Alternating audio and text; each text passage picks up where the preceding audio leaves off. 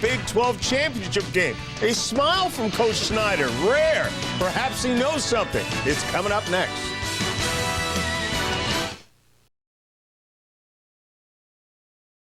Most of you will be taken to the Dr. Pepper Big 12 championship game. Kansas State trying to upend #1 Oklahoma on their way to the Nokia Sugar Bowl. But the Sooners know 12-0 means nothing. 13-0 means they got a shot for 14-0, which would be an undefeated season and a national championship.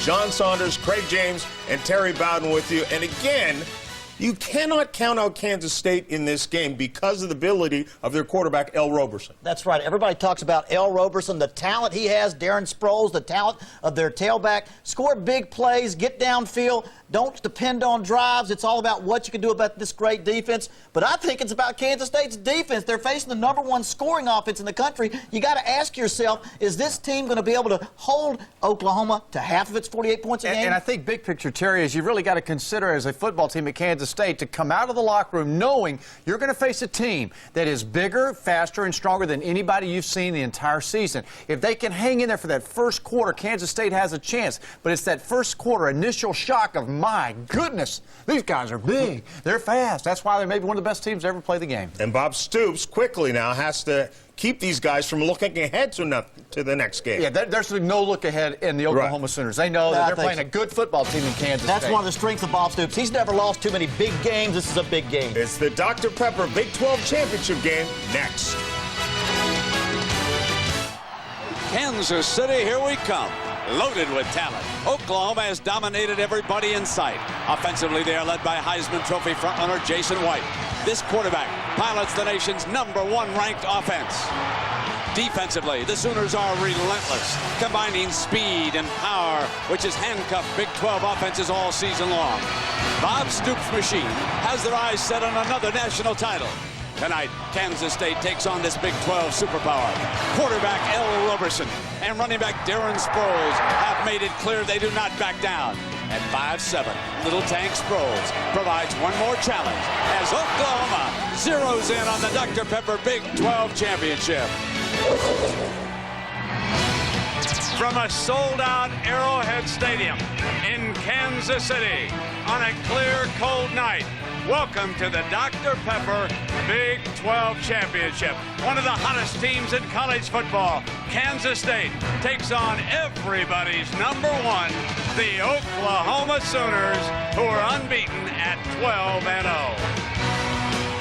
Welcome, everybody, with my partner, Gary Danielson. I'm Brent Musburger. Should be really interesting tonight. If the Sooners can win 2 more in a row, arguably they'll go down in history as one of the best ever. The question for Gary, because I've been asked it all week long, can Kansas State stick with the Sooners? Absolutely they can, but they must take care of their own jobs first. I've done Oklahoma with you 10 times in the last 2 years. They're a great team, but most of the time, 8 out of the games I've done, the team beats themselves. Oklahoma doesn't beat them, they lose it before it. Kansas State must take this into the late rounds and win by a TKO. One of the things that Gary and I observed, we had thought earlier that Kansas State would dominate the tickets. They have not. Thousands of Oklahoma fans are here, and they're going to see a great quarterback duel here tonight. Jason White of the Sooners, the leading candidate for the Heisman, and L. Roberson of K-State. Brent, let's get rid of this idea. Jason White is just not along for the ride on this deal. He's having one of the most outstanding seasons any quarterback's had. He is the trigger guy. That's the reason this offense scores a lot of points. Great football team, but a great quarterback. Other side of the field, L. Roberson, he's the type of quarterback, moxie, experience, he runs, he throws, that gives Oklahoma problems. The temperature tonight, high 30s. Breeze at about 15 miles an hour. No snow, no rain in the forecast. The third member of our team is Jack Arute. Let's go to Jack. Well, Brent, forgive me if there's a sense of familiarity here in Arrowhead, because there was a Big 12 championship game played back in the year 2000 with these 2 exact same teams. Very similar situations. In fact, Oklahoma was undefeated, but it was this late pass from Josh Heupel to Andre Woolfolk that gave them a 3-point win over Kansas State. Now, one thing, Brett, that happened just moments ago down here, Bob Stoops came out of the locker room, chased down Jason White. They changed the decision as far as what they want to do if they win the toss. They're going to elect to kick and defend this goal here. Jack, and that of course be because of the breeze as we take a look at the Bowl Championship Series standings presented by Allstate. Oklahoma clearly number one. Remember now, it is the lowest point total that gets you to the championship game. But who's number two? USC, well on its way to becoming 11-1, taking care of business. LSU about to tee it up against Georgia. John Saunders will keep you up to date with that one. As we get ready here,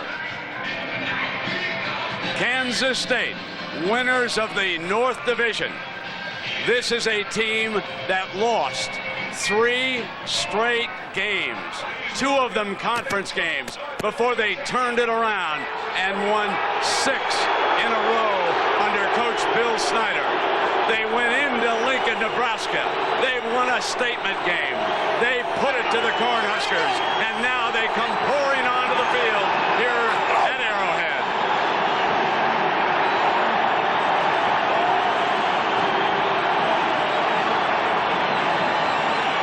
It's Oklahoma and Kansas State coming up on ABC.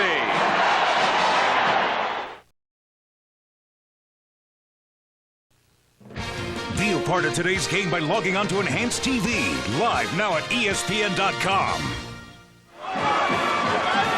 They have been number one for 15 straight weeks. They have the nation's longest winning streak, 14 in a row. They are the Oklahoma Sooners.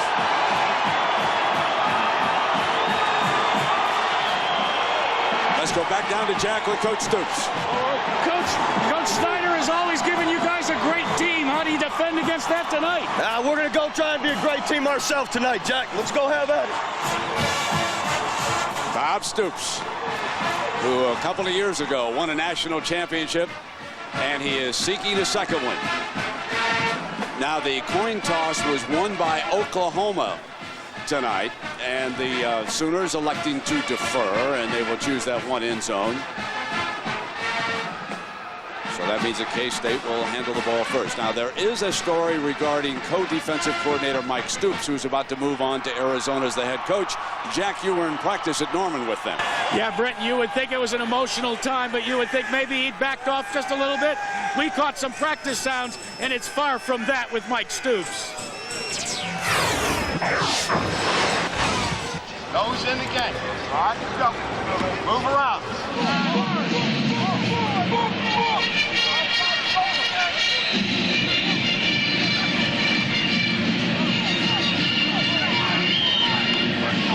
And we will be bringing you the sounds of the assistant coaches prior to the national championship game in New Orleans. Mike Stoops will go to Tucson tomorrow. He will not prepare the defensive game plan. It'll be up to Brent Venables, who becomes the defensive coordinator, and head coach Bob Stoops will work with the secondary. Remember, he used to be a defensive assistant under Bill Snyder, who was the head coach over at Kansas State. Bill and I talking about the great number of coaches that have moved on from the K-State program and have been successful elsewhere. It is a credit to Bill Snyder's job as a head coach. And with a brand new staff in place in Manhattan this year, they have put that 6-game winning streak in high gear behind L. Roberson and Darren Sproles. And now Snyder, who scripts out the first plays of the game, will put that script to work here after they receive the opening kickoff. Brent, Kansas State must do everything against this defense. Throw long, throw short, throw in the middle of the field, throw to the wide side of the field. If you tilt your offense in any way, Oklahoma will crush you. K-State already with a wrinkle we did not see in Lincoln. They put Sproles right in the middle of 3 return men. They defend the boundaries against DiCarlo, who's been so good at sealing return men up toward the sideline. With that slight breeze, he drills it deep to the end zone. Sproles takes a knee. It's coming out now on the 20-yard line. Well, let's meet the senior quarterback at Kansas State. My name is L. Roberson, quarterback, majoring in social science. 38 career rushing touchdowns. That is a story here tonight. He is that other dimension of this game. He is a running quarterback. He's also an experienced quarterback. Remember, he started against this Oklahoma team before. He will not be surprised by their speed. He comes out behind a veteran line. Nick Leckie, the senior center from Grapevine, Texas, right in front of Roberson, who's out of Baytown, Texas. Sproles with the first call of the game, and nothing much doing against that defense. Gayron Allen, the middle linebacker. So it is our Dr. Pepper starting lineup for Kansas State. Now the highest grades on and off the field, and that's Ryan Lilja, academic All-American, and the coaches say he's also graded out the highest as a blocker. Lucky, though, made the coaches All-Big 12 team. James Terry overlooked. He's accounted for 42% of the receiving yards. And Darren Sproles, #1 in the nation in all-purpose yards with the first carry. Now he's coming back again. The little tank battles for no more than a couple of yards against this Sooner defense. And they are loaded with studs. Meet the All-Stars. 3 of the Big 12 defensive linemen, Harris, Dvorak, and Cody, all Sooners. Teddy Lehman's the Big 12 Defensive Player of the Year. And back in that secondary, well, they've got Derek Strait. He's a Thorpe and a Nagurski finalist. Now, Nicholson will play safety much of the time tonight, except in situations like this when they do use the nickel. Asher Jackson is going to play a lot. But here in this third down, it is Nicholson who moves up. Incomplete. It's 3 and out. And immediately the Sooner defense sends Roberson to the sideline. It also sends Antonio Perkins back, one of the game breakers on this Oklahoma team. We saw him against UCLA take it back 3 times. A very good punter, Jared Bright, out of Bakersfield, California. He's averaging 41 yards a punt. He has not had one blocked. And he will try to do his best against Perkins. He booms it high. Can the cover men get down? Perkins is going to try from the 31 to the 35 and out of bounds on the Oklahoma sideline. That's where OU will go to work for the first time with excellent field position. And let's meet the celebrated Oklahoma quarterback.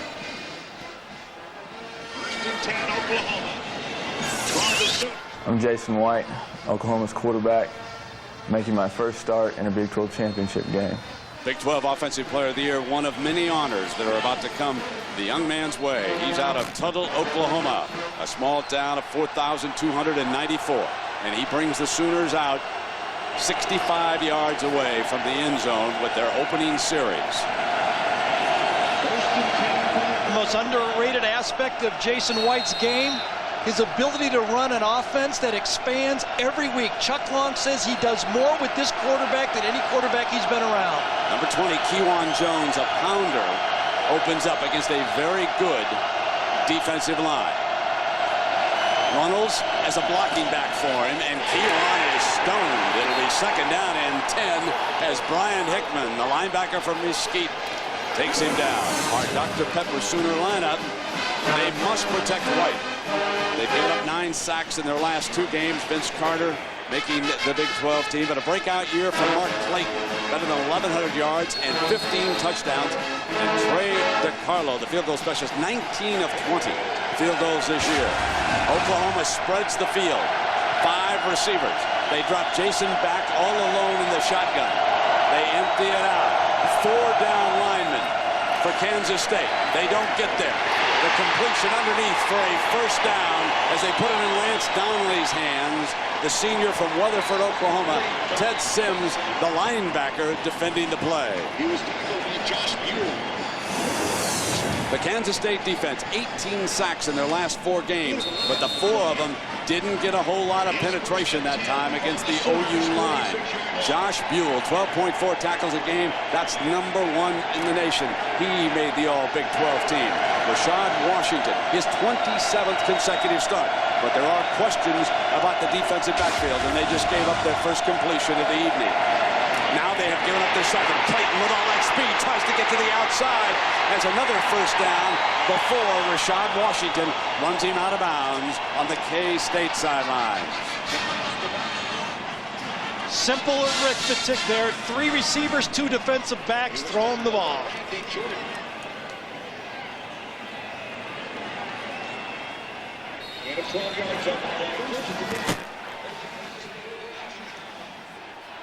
Well, we welcome those of you who watched the end of the USC victory over Oregon State. This is Oklahoma's first possession. Kansas State was 3 and out.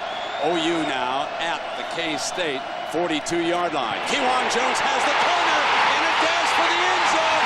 Rashad Washington can't get it. Touchdown, Sooners.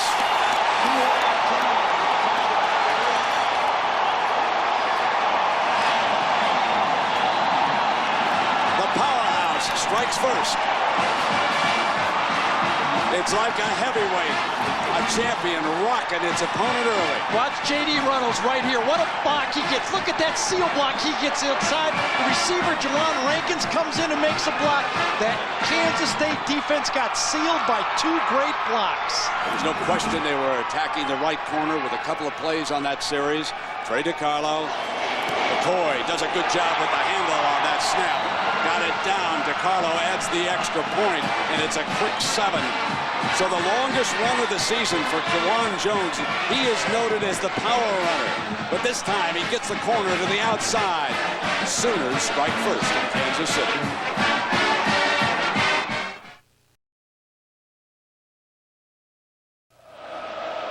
The parka on. Kewan Jones from Jenks, Oklahoma, one of many outstanding college football players who've come out of Jenks.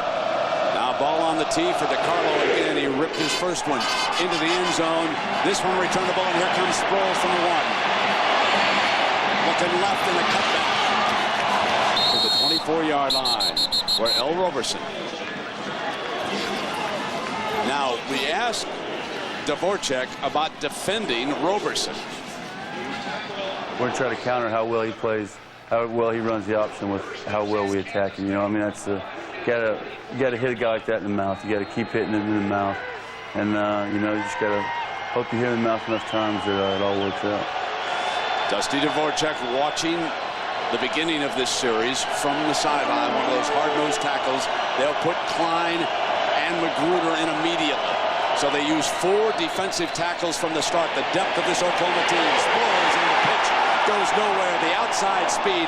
Brandon Everidge, number 7 out of Granger, Texas. The senior makes the stop. One of the most underrated aspects, if there is such a thing on this Oklahoma team, is the tackling ability of Brandon Everidge. We've seen him improve.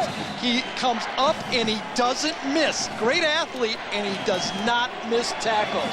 Oklahoma goes to the nickel when they get a stop on first, and they go to the nickel now.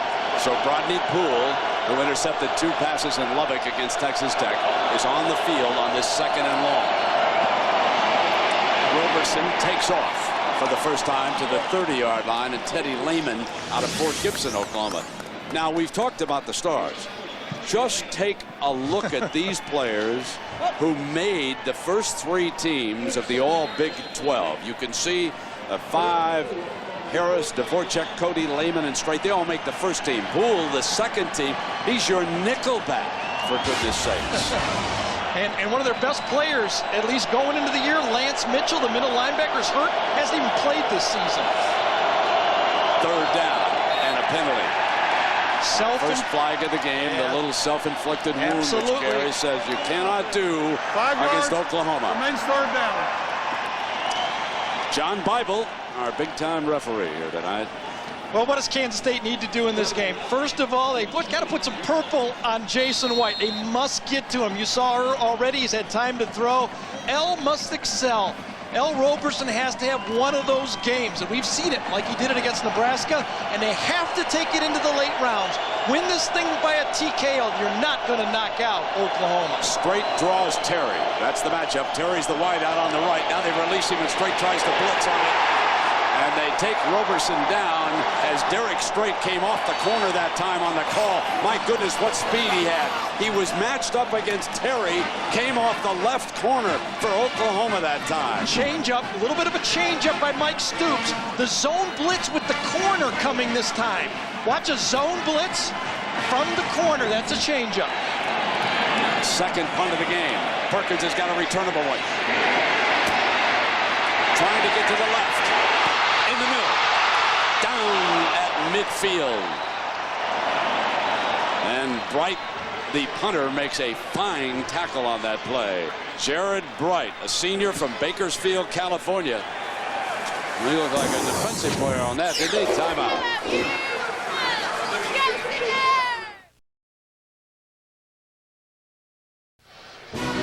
ABC Sports presentation of college football is brought to you by Dr. Pepper and your local Dr. Pepper bottler. BU, nothing's better, Dr. Pepper. Dodge, you can take life as it comes, or you can grab life by the horns. SBC, going beyond the call.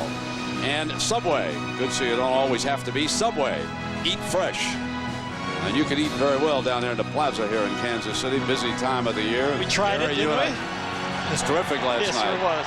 Now, the Oklahoma Sooners, Gary, they have struck on their first possession 11 out of 13 times this year. And on the other two games, they scored on their second possession. And Ronaldo Works is now in as the running back after Kewan Jones scores the game's first touchdown. Jason still not being touched. Going to go for the home run. Rankin goes down. And the feet just got tangled up as Cedric Williams is there with Rankins. Incidental contact. Both the defender and the receiver looking at the football. But Jason White, one of the best deep throwers we've seen in college football in a long time because he gets rid of it on time. Steps into the throw, a little action on like he's throwing a javelin. Little bump there. We're not going to call that. Absolutely. We have asked the officials several times. Yep. In fact, before this game, we discussed with Bible's crew pass interference, and they are not going to give you that call. Now on second down and 10, they set the screen. Drop it off to Ronaldo Works, who's a terrific receiver out of the backfield. He gets about 9 yards before Hickman, and that linebacker out of Mesquite is everywhere for K-State. Well, that defensive front four is the attack point for Oklahoma. Chuck Long, the coordinator, knows most of their sacks come up front. 38 of their sacks have been from the front four for Kansas State. That's why you're seeing the quick passes and the screens early in this football game to set the tone that you cannot tee off on Jason White. 3 wide receivers to the left on third and short. Works the running back right to the left. He'll run, and he's stunned. Didn't get the first down. Josh Buell in there along with Washington on the hit for the Wildcats. An absolute must for this Wildcat defense. Stop and win third down. You're going to see it pull the guard here, a power play. In the last 2 games, this Kansas State defense against has been 9 for 30. Doing a great job of stopping third down. Blake Ferguson, he'll try to hang this one up. Try to get it down inside the 20. A beautiful punt. Out of bounds, far sideline, inside the 20-yard line. So the punter from Broken Arrow, Oklahoma, gets the high fives as he comes to the sideline.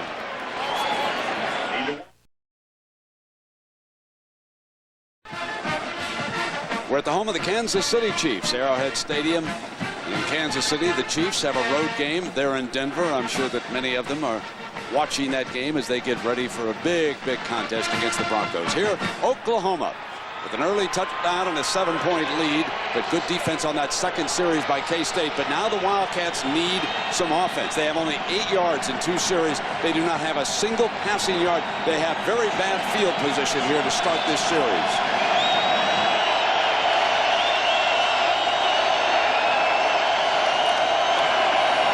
Here's Sproles again to the right, and little daylight that time as he made his way out to the 10-yard line, picking up about 4 yards. That's absolutely a must for Kansas State. Stay in the football game. Do not give up your running game. If Kansas State can run some play-action passes that mean something in the second half, that'll make it awful nice for Bill Snyder to call some plays. From behind, Sproles, number 43. He's all of 5'7", 170 pounds. Leads the nation in all-purpose yardage. A little bit of a draw. Sproles not getting much daylight. Did make it to the 12, and Allen brings him down. That's short of the first down. Well, we've got so many things to settle as far as the BCS is concerned, and so John, Terry, and Craig will sort it all out. 5:30 Eastern Time, the Tostitos BCS Selection Show. So if you're watching the Chiefs or any of those other NFL games, come on over at 5:30 and check out who's going to New Orleans, who's going to Miami, who's going to Tempe, who's going to Pasadena. They'll have all the answers. Here it is, 3rd down and 4. Roberson still looking for his first completion. They keep it on the ground again.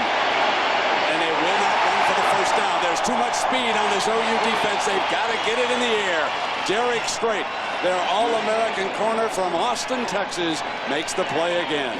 I don't think Bill Snyder trusts L. Roberson early in this game to throw and turn it over against that nickel package.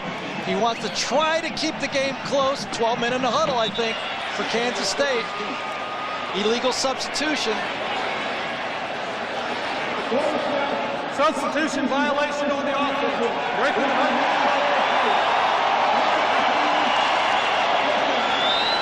That's 2 wounds, self-inflicted. Can't do that against this great team. And even if Perkins just fair catches, you've picked up 5 yards in field position right now. He's standing on the other side of the 50-yard line. You cannot do that against this Sooner football team and stay in it. Jared Bright is standing right back by the end line. Remember, he had to come down and make the tackle the last time. A great punt, a beautiful punt. Perkins on his bicycle, all the way back at the 30. What a punt by Jared Bright. Oh, my, he saves the day. He bails the Wildcats out. Good job by Bright. Well, here comes Jason White, and let's meet the Oklahoma quarterback.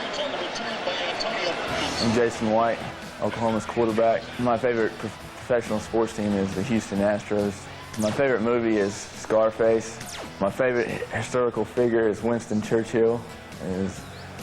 Never has a man done so much. This is such an interesting young man who's had major knee surgeries on both legs, missed 2 seasons, has come back this year, has 40 touchdowns and only 6 interceptions. He'll be going to the Heisman Trophy Award ceremony in New York next week.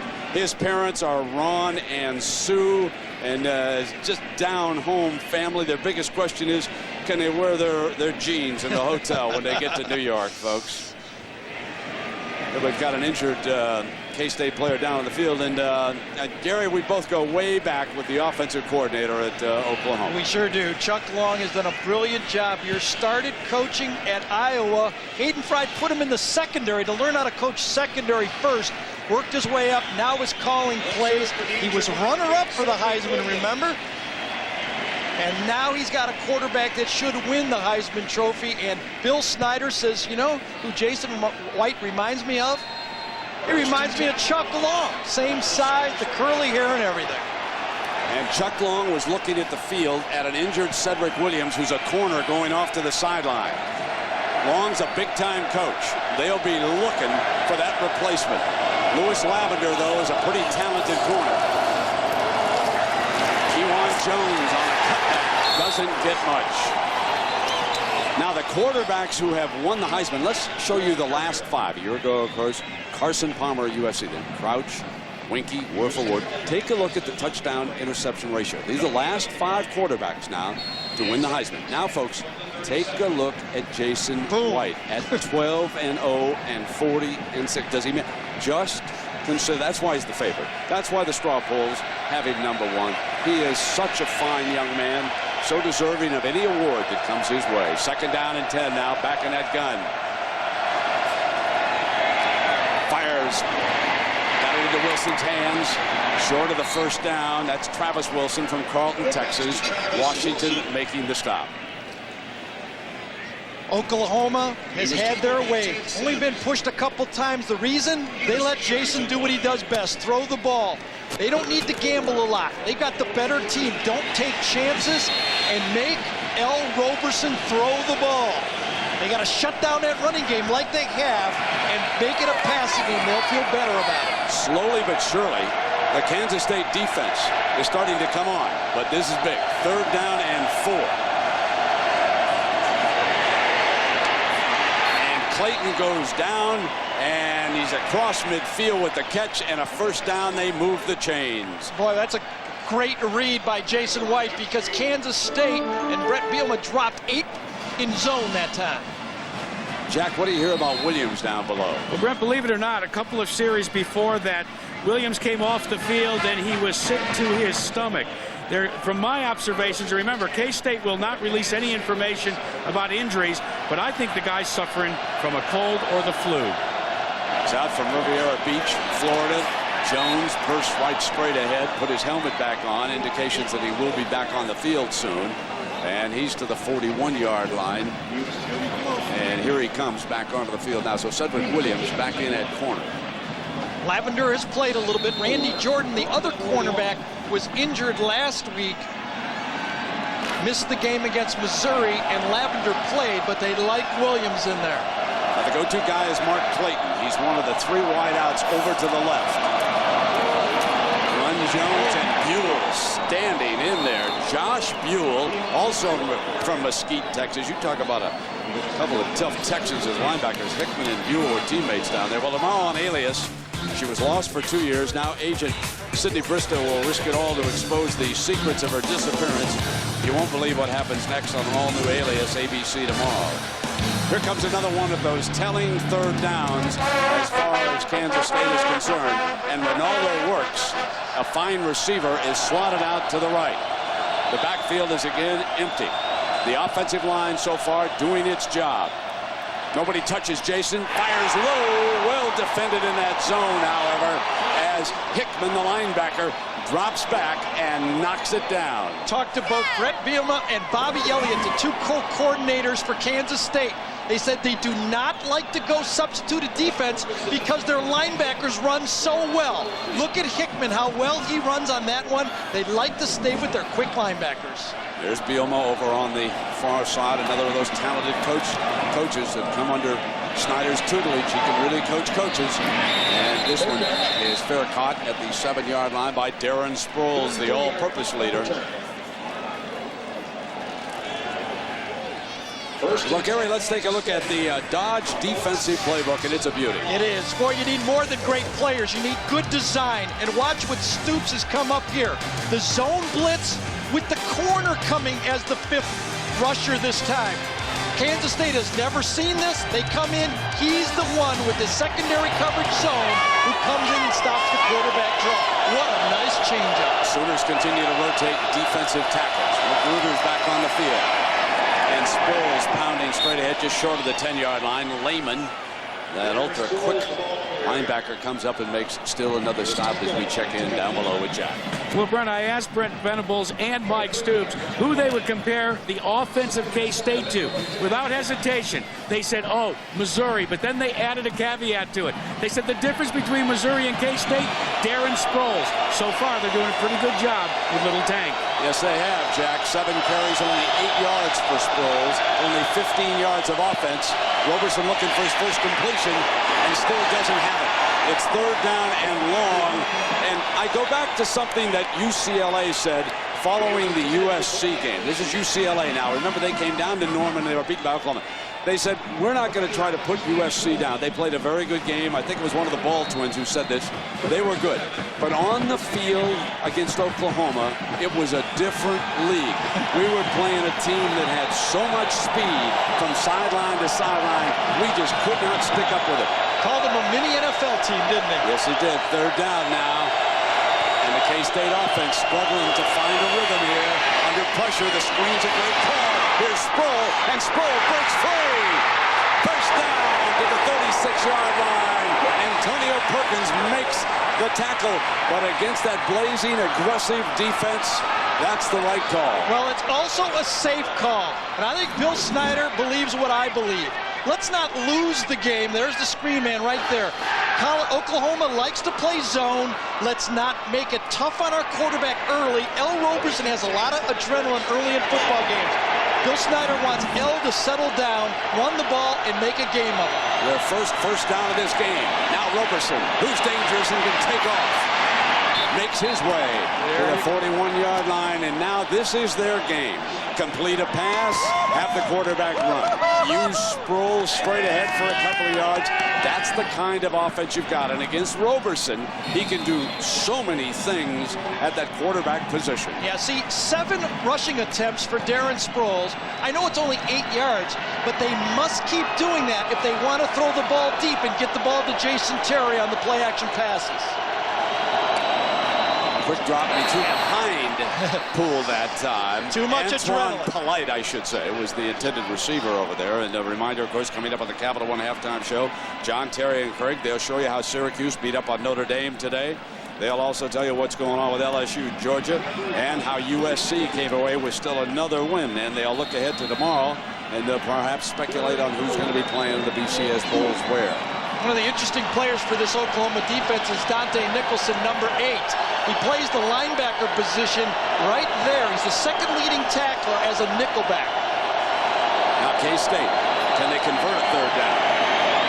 Bad pass, so we're going to the tight end at that time. Brian Casey, incomplete, and there was pressure from Lehman. Absolutely. Boy, they go zone, and all of a sudden a first down play by Kansas State. And Stoops and Venables brings the blitz with Teddy Lehman, one of the quickest linebackers you've ever seen in college football. Right to Perkins has become a big tool here tonight, hasn't it? And slowly, Kansas State has got Perkins to back up. Remember, he was on the other side of the 50. Oh, bad snap. Bad snap. Yep, it hit the up back. It hit Travis Wilson. I don't think it was a fake call. If it was a miscommunication. Wilson never thought he was going to get it.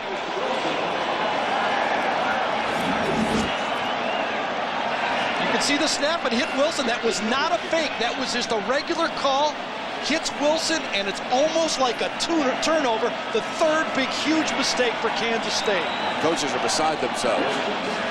Russ Vanover, the snapper, they can't believe what happened over there. The coach is talking to Vanover right now. You can only imagine what's going through Snyder's mind in this situation. They were starting to play very well. Now Oklahoma 36 yards away. Can they take advantage here? Look for him to perhaps try to strike right away. I've seen Stoops go for it after a turnover. Flanker screen to Clayton with that speed. He makes his way inside the 25-yard line for a first down. Now there is a young man who has come out of nowhere from Arlington, Texas with 15 touchdowns. He's only a junior, number 9, Mark Clayton. Best receiver in the country after he catches the ball. He might be the best receiver in the country before he catches the ball, but I know for sure he's the best receiver in the country after he catches it. There's a lot of arguments about the first part of that. Right. Three wide now. Ronaldo works into the backfield along with Runnels. White's getting time, not being touched. End zone too high. Had Clayton for a moment. Well, LSU and Georgia. Let's check in with John and see what's going on. Well, Brent, here in the Taco Bell update, LSU feels they have a right to be in New Orleans as well. And Justin Vincent takes the handoff. You want to see some speed out of the tackle and then just takes off 87 yards. Longest touchdown run in SEC championship history. A little help from the official on the way. They missed the point after. LSU leads 6-0. All right, John, and here Oklahoma leads 7-0 over Kansas State. 2nd and 10 for White.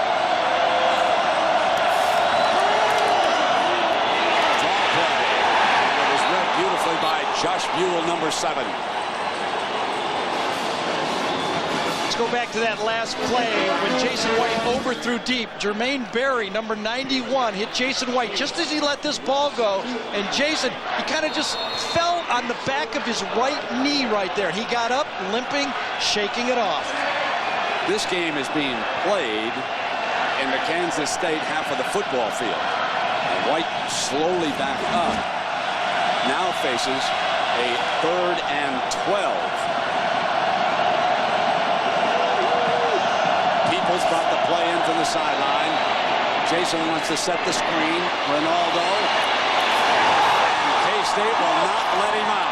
It was Andrew Shaw from Webb City, Missouri, the defensive end, circling back to make the play. Absolute great speed. This defense for Kansas State works together. They're for real. They're keeping this football team in the game right now. We'll be back with the second quarter after this message and word from our ABC stations.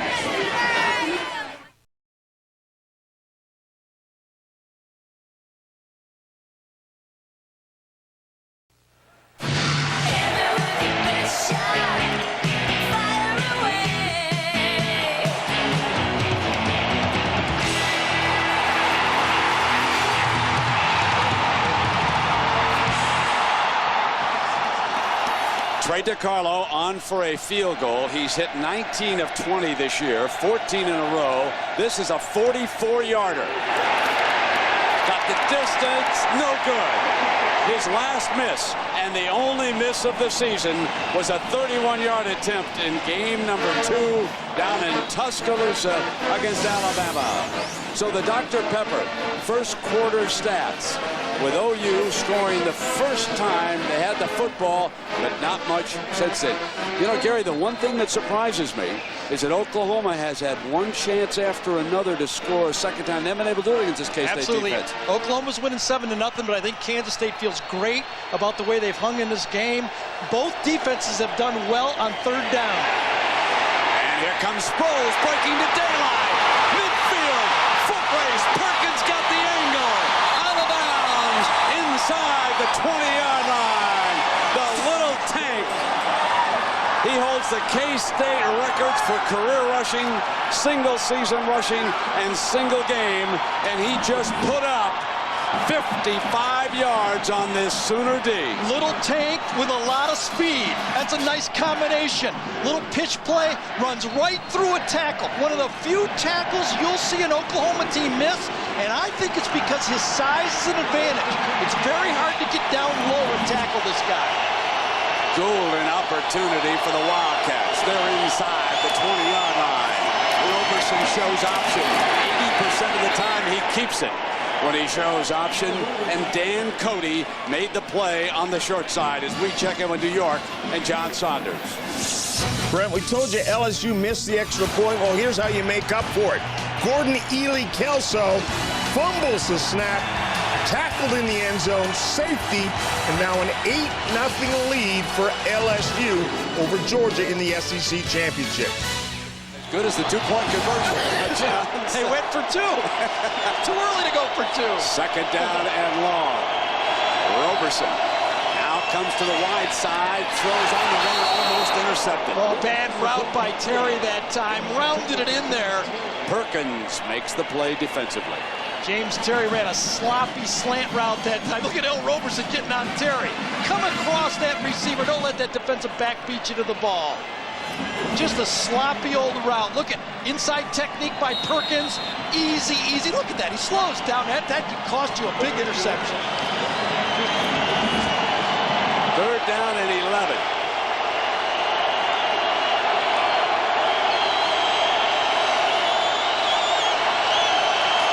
Wide in motion.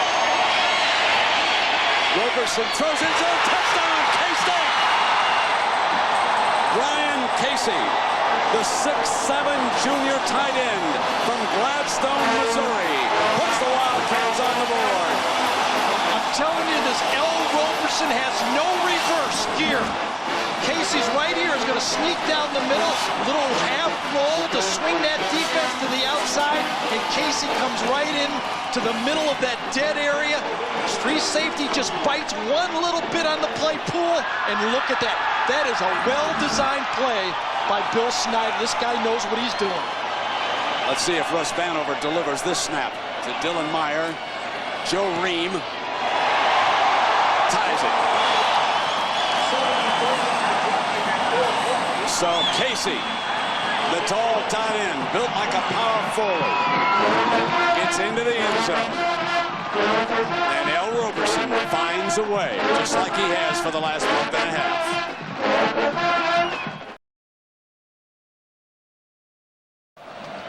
Brent told you about Ryan Lilja, the guard, the smart guard for Kansas State. Watch what he does right here when he picks up this blitz.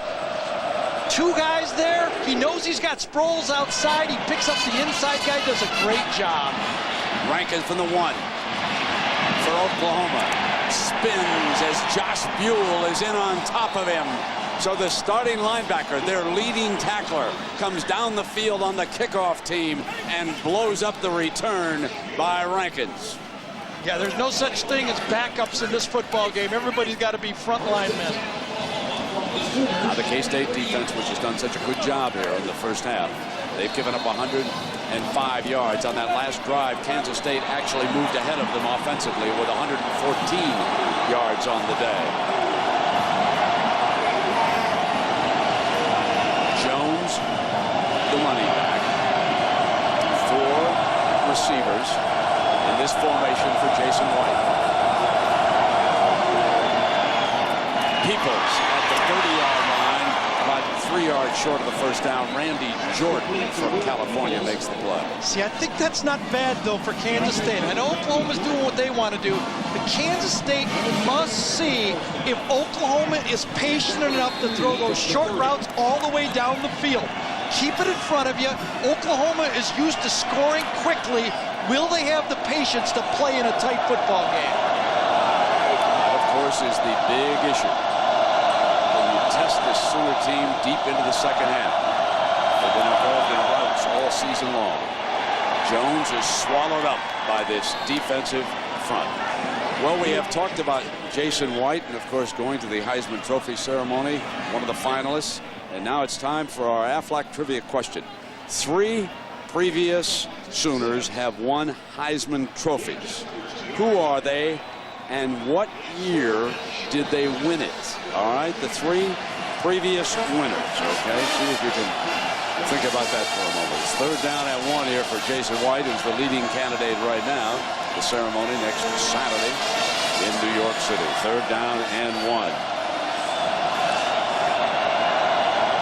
White checking with Runnels, who's the fullback. He would be the lead blocker if they elect just to run the power I, which they do here.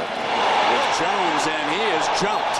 The Wildcats, they were ready for this play.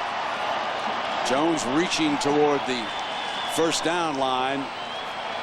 Absolute must. Kansas State front 4 must stand up to the 5 offensive linemen for Oklahoma.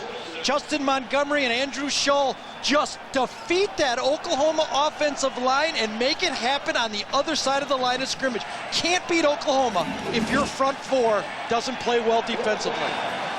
Blake Ferguson into punt. They didn't get the first, and Sproles is back to return for K-State.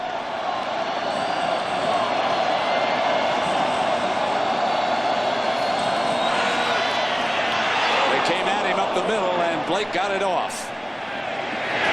But they force a mediocre punt, and it is down at the 37-yard line. 30-yard punt. The folks in purple are up cheering. They're in the game against the powerhouse. That's all they can ask for.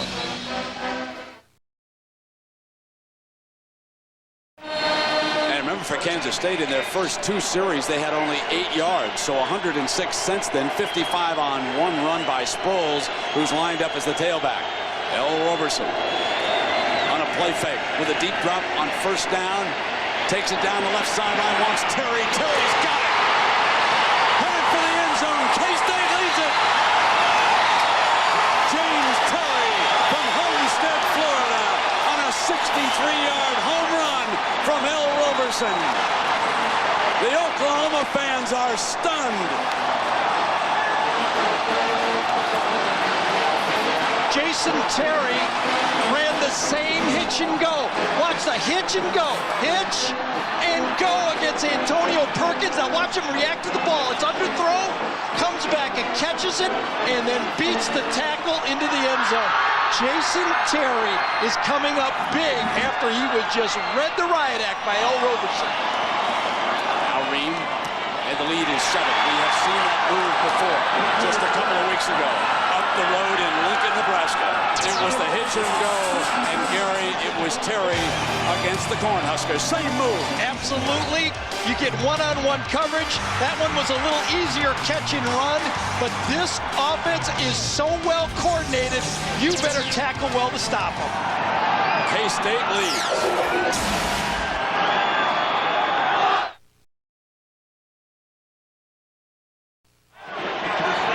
Underrated wide receiver. There's a Williams who's a standout everywhere, but this young man is as good as anybody right now. Now, folks, 748 total minutes for Oklahoma this season. They've trailed for 6 and counting now as they're behind 14-7. Uncharted territory. Green. Here's Rankins again from the 5-yard line. 26-yard line. Nice change-up looking. Because of the running game, there's the strong safety lined up on there. One-on-one coverage to the outside. You get that safety up because of the running game. You run, you run, you run. Now you got the play-action pass with the hitch and go. Oklahoma sniffs. They want turnovers. And that nosy defensive back gets beat for a deep. So the 2-touchdown underdog moves ahead for the first time in the Big 12 championship here in Kansas City. And the folks have put down their Dr. Peppers and they're ready to see if this Sooner offense can move. They have been stalled on 3rd down so far by the Wildcat defense. Wilson with a nice grab right at the 1st down marker. Travis Wilson from Carlton, Texas. And hold on, there's an argument down there on that sideline. He's waving it off. I thought he had it. The Stoops brothers are right there. It's a gutsy call right in front of that Stoops bench. Absolutely. Throwing to the outside, Travis Wilson catches it, takes a step. We can't see the ball. That's a catch, isn't it? Looks like he actually made an act. Late. It came out as he was going out of bounds, didn't Absolutely. it? I mean, at least it looked that way. That's what Bob is trying to argue. The field judge was screened on the play just like we were in the replay, and he thought it was bobbled and came out. So Drew George down there is getting an earful from Bob Stoops. 2nd down and 10 for the Sooners. Set the screen. Here's Jones. Washington in on that stop, and this will be 3rd and about 3 coming up. Got another angle of it. Ball is caught, 1 foot down. Oh, that's a catch. That's a good catch. That's a bad call. No, that's one. One that has not gone Oklahoma's way. Bobby's having a hard time letting it go. It's 3rd down and 3. Best to shake it off, get the 1st down, and go on about your business. Only 1 of 5 on 3rd down conversions. Kansas State is the best of the Big 12 at stopping 3rd down. 26% on the year. White sends Clayton in motion. Clear off to the left side. They throw back short side, taken away from Rankins. Great play over there by Williams. The corner from Riviera Beach, Florida. And we want to get another SEC update, so here's John. Brandis, like LSU, knows they have to make a statement. Matt Mock looking for Michael Clayton. Plenty of protection. 43 yards as he backs into the end zone for the touchdown. The point after this time is blocked, but because of the safety, LSU with a 14-0 lead. And all around the country, John, computers are starting to warm up, getting ready to roll through the night. 4th down now. Ferguson back in punt formation. Sproles again, the return man. Fair catch is signaled. I think he was trying to draw a penalty, folks. If I had to guess, Bradley was the cover man down there, number 1. Sproles trying to kind of just run up into him, and Bradley says, "What's going on here?" Timeout.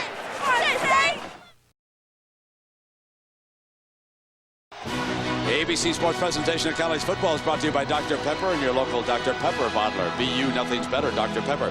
Cadillac, bold vehicles define convention. Sprint, proudly offering picture mail and PCS Vision picture phones. And Nivea for men aftershave balm more evolved skincare. The skyline of Kansas City, a city that has done such a great job of hosting this Big 12 championship game. What a wonderful setting Arrowhead Stadium is. It is in the NFL. This stadium is the most like a college environment. Very intimate. Fans are down close, and so far they are getting their money's worth here tonight at Arrowhead. On first down, Roberson wants to set a screen again. There's no receiver over there. Dvorak got him, Brent. Dvorak grabs Sproles. Nice read on the screenplay by Dusty Dvorak. Outstanding by one of the all Big 12 defensive linemen, Gary.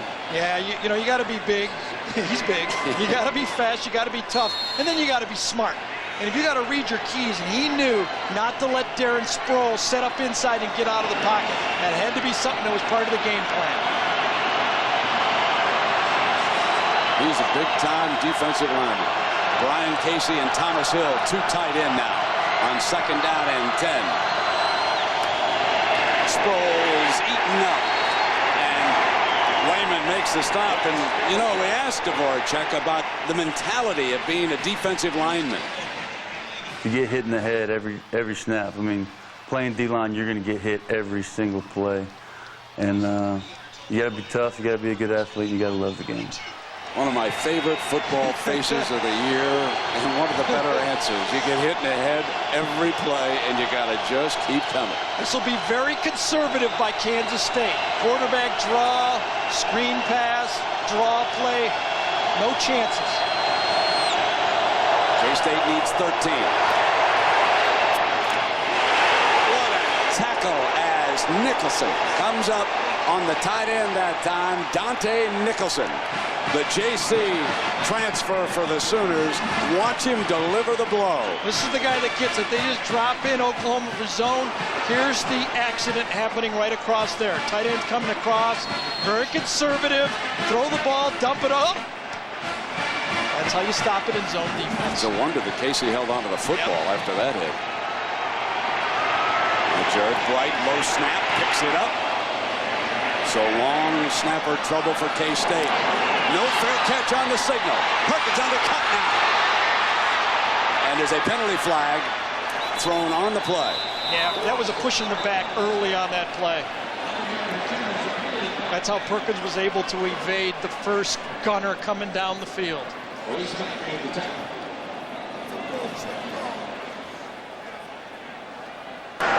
Illegal block in the back on the return team. Right side of the screen. I think it's right here. The guy. Oh, excuse me. Oh, right there. There it is. Right there. There's a push in the back. Right there. Getting little directions from every different direction, and I just got to find it. That's all. Get one of these telesters. You want to use it, you know. There's Kevin Wilson, the run coordinator, down on the sideline.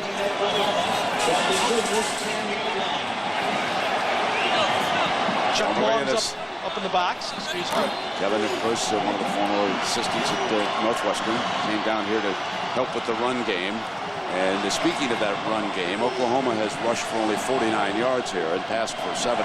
They have only 121 yards of offense, as they're compared with 180 for K-State in the first half. Trying the power game with Brian Hickman making another stop. All right, we asked you the athletic trivia question. Who are Oklahoma's 3 previous Heisman Trophy winners and the years? Let's go back to 1952. In New York, the great Billy Vessels. Then in '69, Steve Owens. In 1978, the legendary Billy Sims, who once was a teammate of Gary Danielson's with the Detroit Lions. And that is the last time, 1978, that an Oklahoma player has won the Heisman, and now Jason White will be the favorite going to New York this weekend. Excuse me, I've never seen Oklahoma this discombobulated early in a football game. We've got a timeout, OU.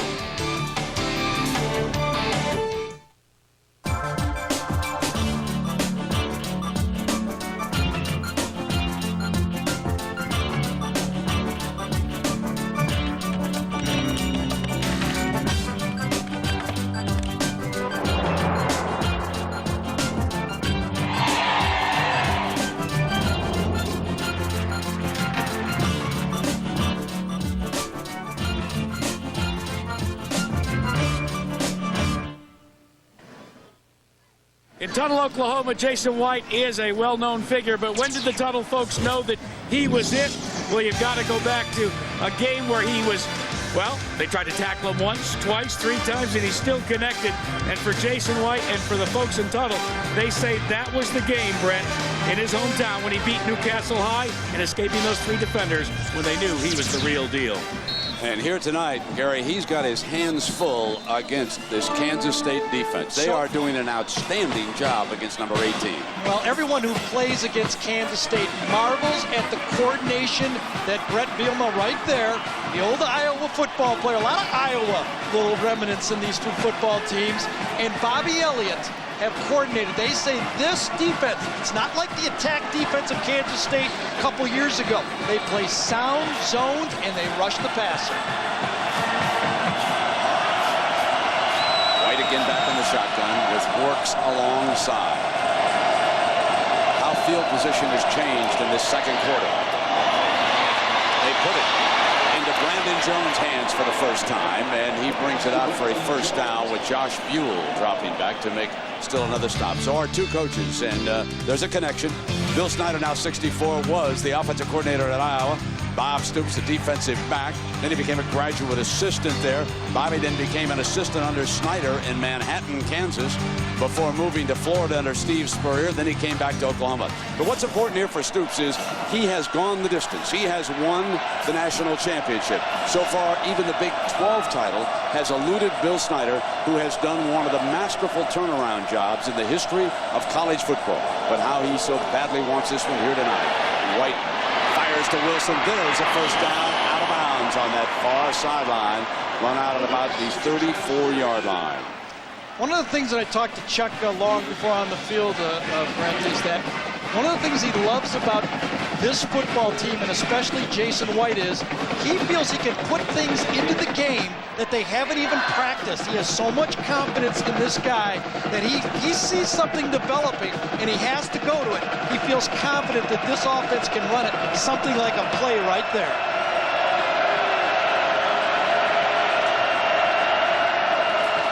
Show blitz picked up by Chasen, but that helped blow the play up and Works to get no places. Josh Buell cleaned up. So the linebackers, Hickman and Buell, are attacking the line of scrimmage, and they are both from Mesquite, Texas. Now the Pacific Life game summary on the first series of the game. Jones bolted to the end zone for Oklahoma. It was 7-0. But then Roberson came back, hit Casey with touchdown number 1, and went the distance. And they lead on Terry's 63-yard catch and run. 14-7 Wildcats. 6:59 to go here in the first half. White from the pocket goes for the home run. Peoples deep against Williams, and Williams came over the top, and he incurred the penalty. The flag is thrown by the field judge, and that's a story. Remember, he did not give OU a catch on the sideline, and this time the interference is called. Pass interference on the defense. 15 yards from the previous spot. First down. Watch his left arm as he goes up. He grabs the head. It's a great call. Cedric Williams was in position to knock it down with his right hand, but these defensive backs, it's a bad habit. We saw it against Texas when we did that game. They go up with one hand, and they don't have the confidence, and they grab them with their other hand. It's a habit that's very difficult to break. The 15-yard penalty in the college game moves it just shy of midfield, where it's an automatic first down for the Sooners. Line of scrimmage cut clean. White goes again deep. Complete inside the 15-yard line. The go-to guy, number 9. Clayton comes up with a 38-yard gain. Nobody throws the fade better than Jason White. This guy has done it even before he had the knee surgeries. Watch him put this ball right on the outside, right in the bucket. Randy Jordan's in coverage, actually grabs Clayton's arm just before he catches it, but you can't do it any better than that. Ball's thrown over the outside shoulder. Clayton gave the quarterback 5 or 6 yards of room to throw it in, and that is taught, ladies and gentlemen. That just doesn't happen. That's practiced every day. Clayton stays on the field. 4 receivers. He's swatted to the left. to run Jones. Short of the 10-yard line, Ted Sims, the linebacker from Newton. Kansas makes the stop, and we go down to Jack. Well, Gary, you're talking about it being right in the bucket. Well, one of the ways that Oklahoma teaches their quarterbacks to put it in the bucket is a bucket drill. What they do every Wednesday is they erect a very high fence. They have all of their quarterbacks throw over that fence to create the touch-type pass, and they throw it into a bucket. A little trash can. I've seen that drill. I've seen them do it. And the first thing they do before every game is work on the fade pass, even in warm-ups tonight. Works, an outstanding receiver, brings the play in for White, then picks up the blitzer. White goes in zone too high for Jones. He just couldn't hang on, but there is a penalty flag as White goes down. Roughing the passer, I believe. Hit Jason White after the ball was thrown. One of the few misses Jason White will have on a wide-open receiver. Roughing the passer on the defense. Half the distance to the goal. Jason White has an opportunity to step into this throw, and he misses it. Coming from, oh, that's an obvious one. Big obvious one by Shull that time. That's the type of play you can't do against these guys. I think the John Bible is going to have to stop the game. The clock was running before he restarted Still running, yeah. It ran all the way down. In fact, it's still running. Now he's conferring with a couple of the officials. So while we wait on that, let me remind you about Monday night. And folks, one of the hottest teams in football, the St. Louis Rams, go into Cleveland to play the Browns. Is there a lot of trouble in Cleveland? Will they be able to stage a big performance on Monday night? It's at 9 Eastern. But Mike Martz says that right now the Rams are the healthiest they've been all year long. And if so, they could become a contender for the Super Bowl. John's checking upstairs just to get this clock straightened out. And back on that Rams story, when you think about that Ram team that won the Super Bowl under Dick Vermeil, such great speed on the outside, Gary, and you said those weapons, those two wide receivers, Holt and Bruce, can take it in a hurry. In the National Football League, and you know, it's becoming that way in college football. These athletes get better. You run the ball to get yards, but you score with wide receivers. And that's why this Oklahoma team is so good and why Kansas State has improved. As Terry has improved, Kansas State has improved. And run the ball for protect them, but just score with the wideouts. They're like wild cards out there. Josh Buell, number 7, averaging more tackles a game than any player in college football. And so far tonight, Gary, he has really come up big. The new breed of linebacker. You see it in the NFL, and you see it in college football. They're glorified, strong safeties that can run. That's the biggest difference from when I played football and now. When I used to play, linebackers were guys you could maneuver, big guys. Now they're as fast as safeties. I see 6:44 on the scoreboard to my left as John still confers upstairs, and we'll see if that's the correct time.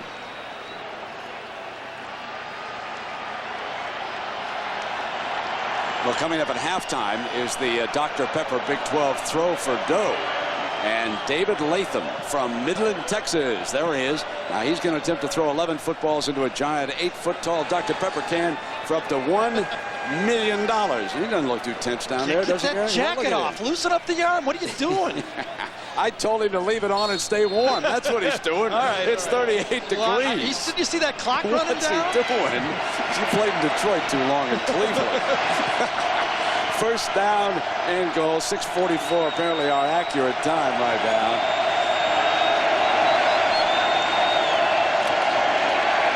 White, plenty of time, takes off. He will not get to the end zone. Down at the 5-yard line. Ted Sims and Josh Buell are there defensively. Well, we saw Jason break into the Oklahoma's quarterbacking job, and he was a guy, as Jack showed you, in high school could scramble all over. But these two injuries, both of them untouched, blew the one ACL one year, and then against the opening game against Alabama the next year, he blows the right ACL. He's had to come back. He's a different quarterback, not a scrambler. He's a passer. Gary told you he throws the fade as well as anybody in college football. We have second down and goal. They spread the field. He looks to go left. Got a wide open Milton Peoples had misfired, and we have seen White miss 2 open receivers in the end zone. That's not like him. I don't know if Teddy Sims touched that ball or not. Really well-designed play. The inside slot guy stopped at the line. And watch Teddy Sims. He reads Jason's eyes, and does he get his left hand on this? Well thrown. Absolutely. Yes, he did. Absolutely. That is a big-time play right there. Absolutely. It would have been a touchdown pass except for that play by number 45, Sims. Outstanding. Boy, this defense won't crack, will they? They won't. 3rd and goal.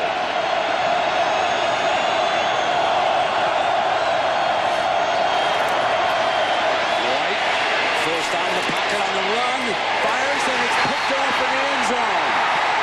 Intercepted by James McGill, and it's coming out on the 20-yard line. We've all done it. Every quarterback that's ever played has tried to make one of these plays on 3rd down. Jerry, he's hurt. Oh, boy. Not only does he throw an interception, he comes off with a wobbly right arm or right shoulder. Zone, watch this. Zone. This is what's new in college football now. Teams play zone defenses. All these crossing routes by Oklahoma, who cares? Let them cross. And now you try to throw the ball against the grain, and there's the interception. Let's see what happens. Gets hit inside. Houchin, right there, number 94, puts a shot right on the funny bone of his right arm. Roberson hit on first down. Cody sacks him at the 11-yard line. Big Dan Cody from Ada, Oklahoma. One of the all Big 12 defensive linemen. A young man who's been quite of a story, has battled depression. Some of you may have seen that feature earlier in the day in the coverage of college football. He has come back after taking a year off, and he's one of the best. I don't think anybody blocked him. Nobody got to him that time. Mike Johnson was supposed to get to him. Never got there on a trap play.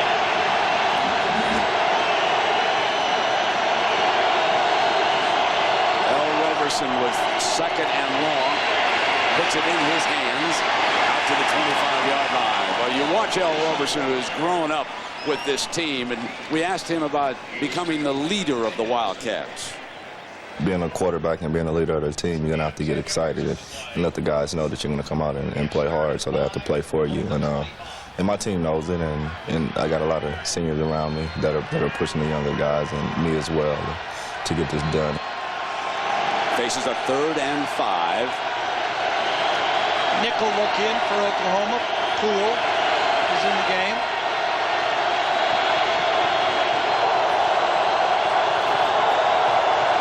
Cody tried to get off the marks again on him. First down, Kansas State, as Roberson under pressure hits Thomas Hill, the senior from Tulsa, Oklahoma. Thomas Hill was a preseason all Big 12 tight end. Got hurt, had surgery on his right ankle. Brian Casey comes in, can't get the starting job back.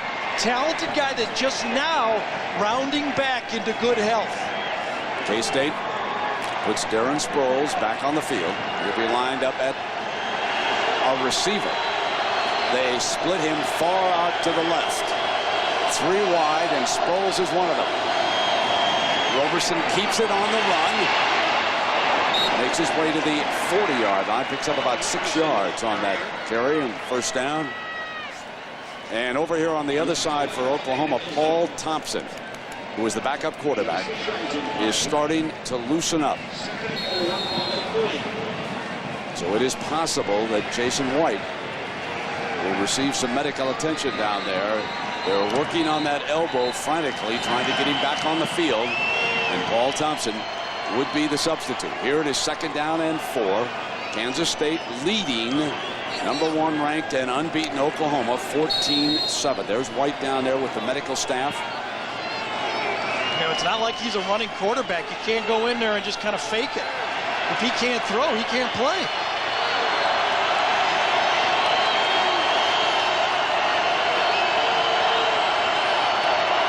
That familiar stand-up tight end. They set the middle screen, and here comes Sproles. First down, midfield. Breaks the daylight. In the run for the end zone. This will give him a 2-touchdown lead. He's got it. 60 yards on the middle screen to Darren Sproles. Roberson and Kansas State are alive and well.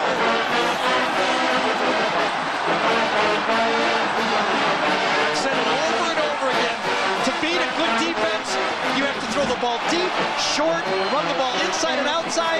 You have to screen outside and inside. And Kansas State is one of the few teams in college football can do it all. They got a running quarterback, and they've got an emerging star at running back. What a game plan, and it is being executed perfectly, first by Bill Snyder and then by L. Roberson. Snyder played coy, came out and ran it for a couple of series. What they really want to do is put the ball in the air, and L. Roberson has 3 touchdown passes, and it's 21-7. Kansas State, a shocker in the Big 12 championship game.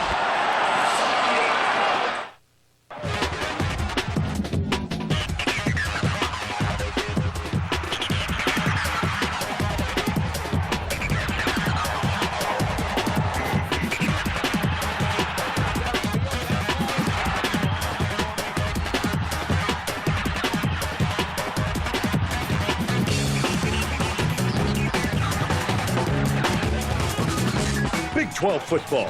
It all adds up to excellence. An emerging star. We talked about Darren Sproles. He is a full package, maybe a small package, but a great package. Hard to find behind that big offensive line at only 5'6" or 7, but he's also hard to knock down. He's one of those guys, you hit him and he just keeps going. And his great asset, small but great speed, and we've seen it twice already tonight. Gary, over on the Oklahoma sideline, I don't think there's much doubt but that Thompson is going to get at least 1 series. White is continuing to talk to the medical staff. He has his helmet on, though, and maybe he's trying to convince him. He's got the helmet on now, and he's still in a discussion with him, and he'll make a step down. But Thompson went down toward the offensive line. He's down with Kevin Wilson right now, and some of the wide receivers, he too has his headgear on. So we will find out exactly what's going to happen as Rankins comes back from the 5. Forced back to the right, and he is down at the 16-yard line. We check down on that sideline now to watch as White came from the medical staff running back to the huddle. So White is going to stay in the game. And let's go down to Jack.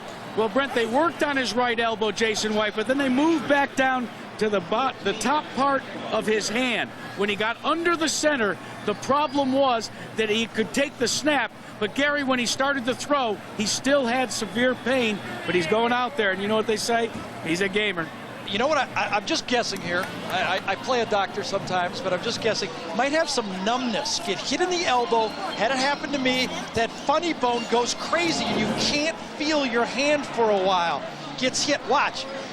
Houchin hits him right on the back of the elbow. I could almost bet that that's why he's got numbness in his hand. Send the bill over to Michigan if it's right. Washington shaking up on that play for Kansas State. He goes off on the sideline for a time. Got to have Washington. He's their big play guy, one of the best blitzers they've got on this football team. He and Hickman. It looks like he's ready to come right back on the field after receiving medical attention. Has to go off for at least 1 play. Now, the first half, remember OU scored a touchdown, but take a look how they have been shut down. Then they put an 85-yard drive on, but the pass was intercepted in the end zone, and thus they are down 7. White fires complete. No pain there as he put it in Jones' hands for the first down. We check in with John in New York. All right, with Terry and Craig, and we look at what happens if the unexpected is expected. I mean, what if Oklahoma goes on to lose? We'll talk about all the scenarios, and there are a bunch of them right now. Well, LSU is dominating Georgia. They may jump 1 or 2 teams. It's going to be nuts. Oregon State against USC, all coming up on the Capital One halftime show. Let them play, lads. Let them play, and it'll all get sorted out. I'll tell you one thing. If K-State wins this, they're headed for Tempe in the Tostitos Fiesta Bowl as the winners of the Big 12. That I can assure you. Now from the gun. White on the move. Fires complete. Lance Donley to the 45-yard line and a first down Sooners. And now the Kansas State sideline very unhappy that holding was not called. Boy, was that a gutsy throw by Jason White on that one. He saw the linebacker bearing right down on him here. He just had a numb hand, bad elbow. He knows he's going to get rocked by Teddy Sims, and look at that delivery. That is what his teammates need to notice. This guy's a leader. Pulls it down. Fires complete. Peoples inside the 45-yard line. Another first down. Plenty of time to work with here for the Sooners. Yeah, very conservative, but I think smart.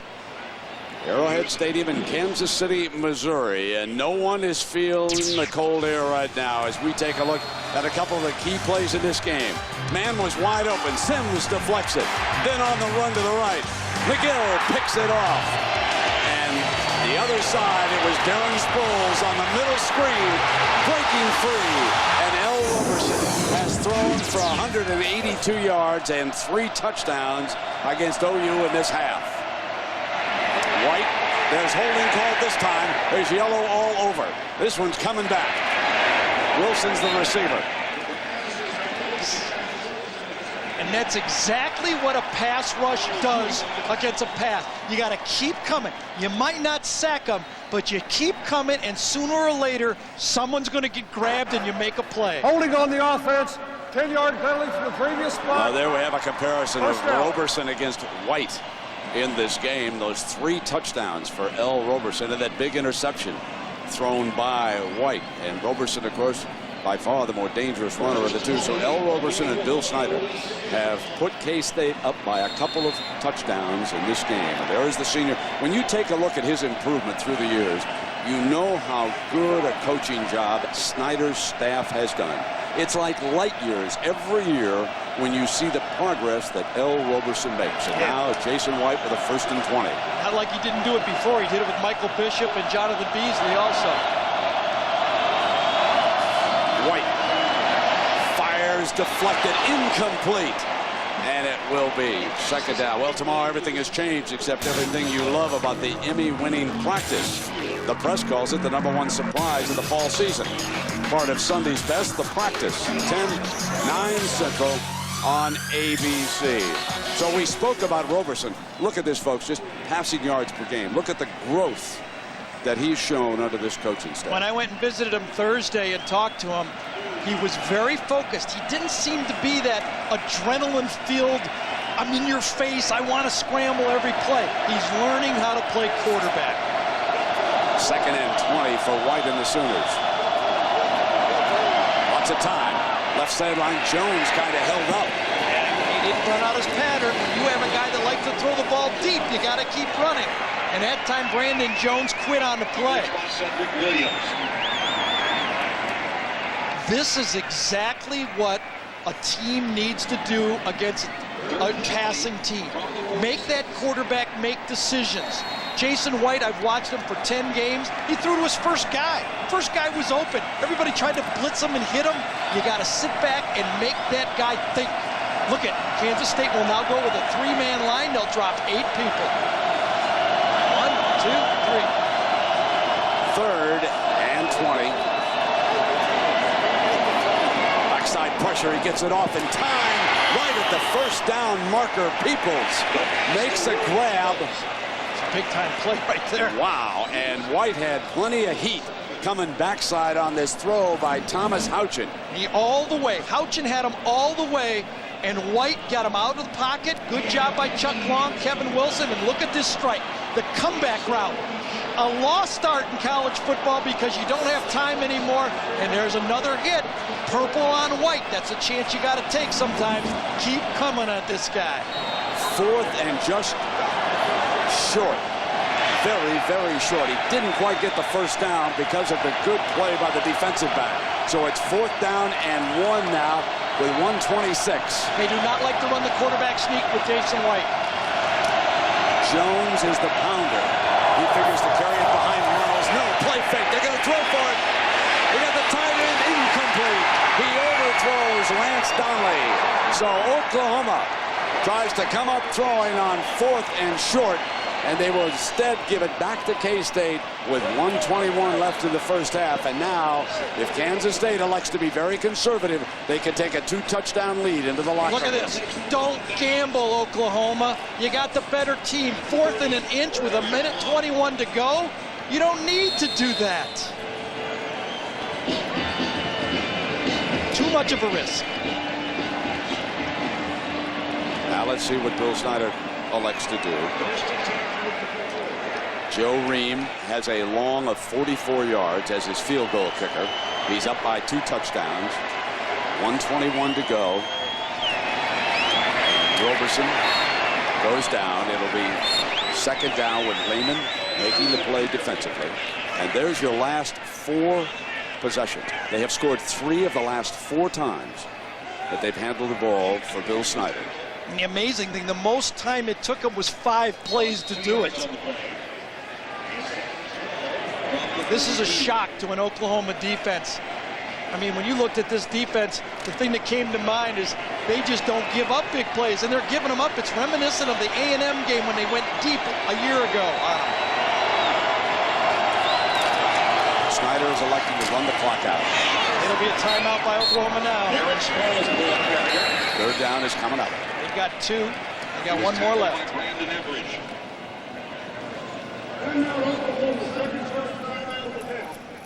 Well, let's take a closer look at the Kansas State quarterback.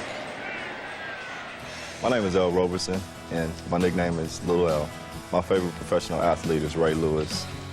He's a fighter on the field. Favorite food, Cajun food. Favorite movie would be 13th Warrior. 13 guys going to fight an army of people. And he has been the 14th Warrior here tonight. He already has the record for touchdown passes in a Big 12 title game. The record was 3. L. Roberson has tied that record here in the first half. And Jack, he's done a wonderful job with this offense. Well, Brent, you and Gary were talking about the fact that we've seen the maturation of L. Roberson. So has Coach Bill Snyder. We saw it at the Nebraska game when all of a sudden, when he first came out, the emotions were sky high. But one thing that L. Roberson told me that he's learned over the years is the importance of leadership and the importance that is put on his shoulders to stay focused. One of the things that I happen to notice tonight is L. Roberson is in total command. In fact, when they're off during a timeout, it is L. Roberson leading the offense, talking to them. There isn't as much coaching going on as there is leadership by L. Roberson. Well, L. Roberson against Nebraska was just outstanding. And before the game started, he went out and let it be known at the coin flip that they were not backing away. K-State had not won in Lincoln since the 60s, Gary. Absolutely. He's the ultra ego of this football team. He proved to his teammates that there was no R, no reverse in this guy. Very conservative play here. Yep.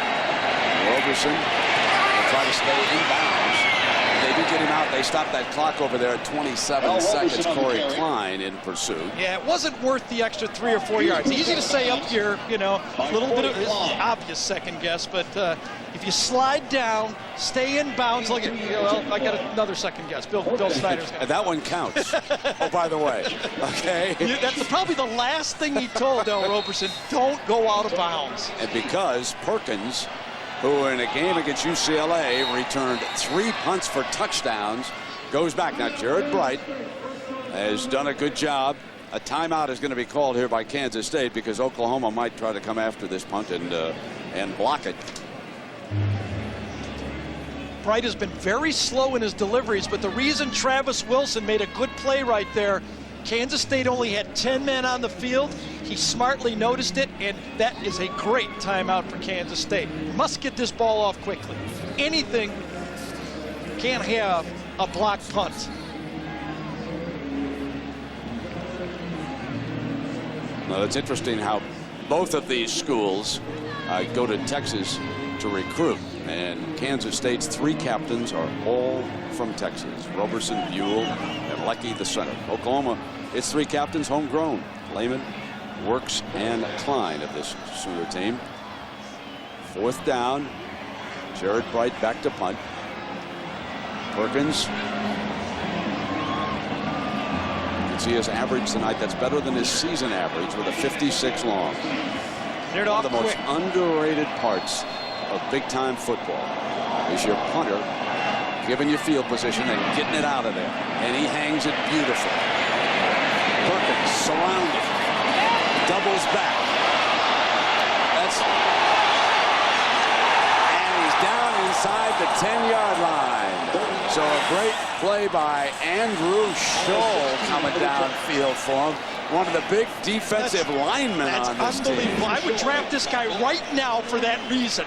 You watch a defensive lineman. Shull is 6'5", 265 pounds, and watch him run down Antonio. Look at this play. You've got a defensive end. You want to talk about a guy that's just going to shoot up the draft. I'd take him right now. Andrew Shull says, hey, you forgot about me on that all Big 12 team. Holy cow. I mean, Oklahoma's got to take a knee now. There's no reason to even try it. They line up in the take a knee formation. They'll go down into their locker room here at Arrowhead Stadium in Kansas City. And they are in shot. Bill Snyder with a 2-touchdown lead. We check in with Jack. So, Coach, what do you do in the second half? Well, hopefully you don't give up big plays. We've given up maybe two big plays on defense. That's about it. And offensively, we've moved the football. Just come up short on a few possession down, third down, fourth down plays. Thanks, Coach. Kansas State leading it 21-7. Nobody gave him a chance. Now let's find out what John, Terry, and Craig have to say about this. Take it away, fellas. Brent, I want a show of hands. Everybody who was concentrating so much on USC LSU that they paid no attention to this game, thought it was a given for Oklahoma. Raise your hands. Both of them, all right? I give you both of them. And I'll tell you what, Kansas State, the victory they had in Lincoln over Nebraska, you can see the confidence. They were in this game early. They hung in there, and now they've taken control. They're playing at the same speed and level that OU is. Yeah, Oklahoma talked about hitting them in the mouth. They're hitting them in the mouth. And I remember, defense cut Oklahoma's offense in half, cut the scoring down, and then have big plays. Darren Sproles, 55 yards, leads to a touchdown, 63-yard pass for a touchdown, 60-yard run for a touchdown. Big plays and good defense. And there's no question, Jason White is not himself. No. He is banged up. You can clearly see that. Now, as I mentioned, we were all worried about LSU. We were worried about USC. LSU in a matchup for the SEC championship tonight against Georgia. And this is just pure speed, guys. Justin Vincent, 87 yards. Well, this is a great Georgia defense, third in the nation, but that speed, they got talent. They got more people out there that can run than Georgia. And I think what you've seen tonight in the country is the fact that LSU does have a little bit more speed than most people here. And Matt Mock also showing it with the arm as he finds Michael Clayton. It's a balanced offense. They run the ball and they throw the ball. They can beat you with speed, talent, and a balanced offense. And, man, if they hear right now at LSU the score of Kansas State, Oklahoma, can you imagine those guys will be losing mouthpieces flying out of their helmets trying to hit somebody? Never mind guys losing mouthpieces. The hard drives will be exploding all across America just trying to figure out who's supposed to play in their Nokia Sugar Bowl. When we come back, we will have more after this message and a word from our ABC station. The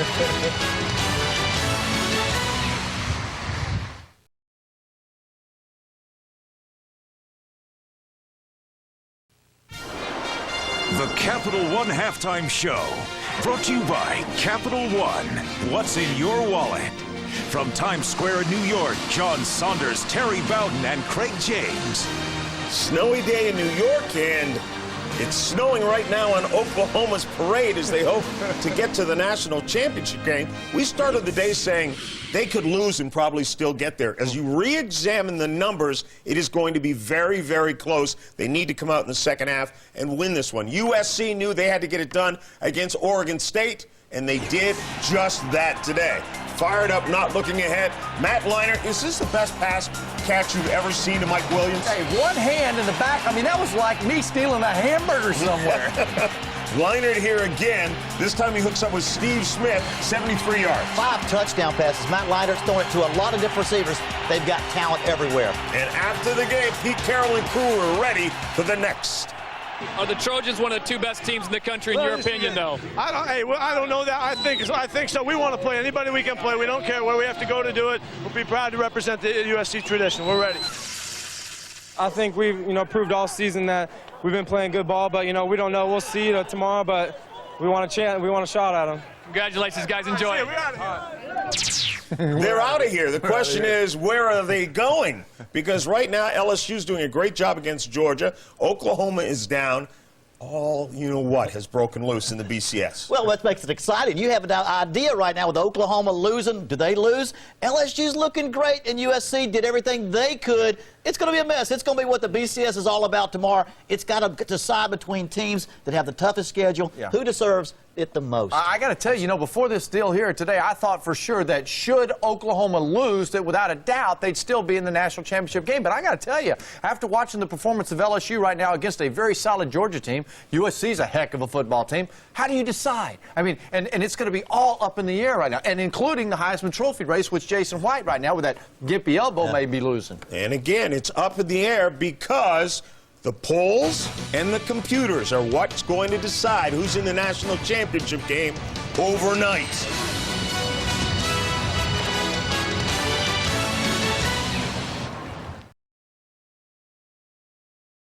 The University of Oklahoma is setting a national standard for excellence. OU's at the top among public universities in National Merit Scholars enrolled and has tripled the number of endowed professorships.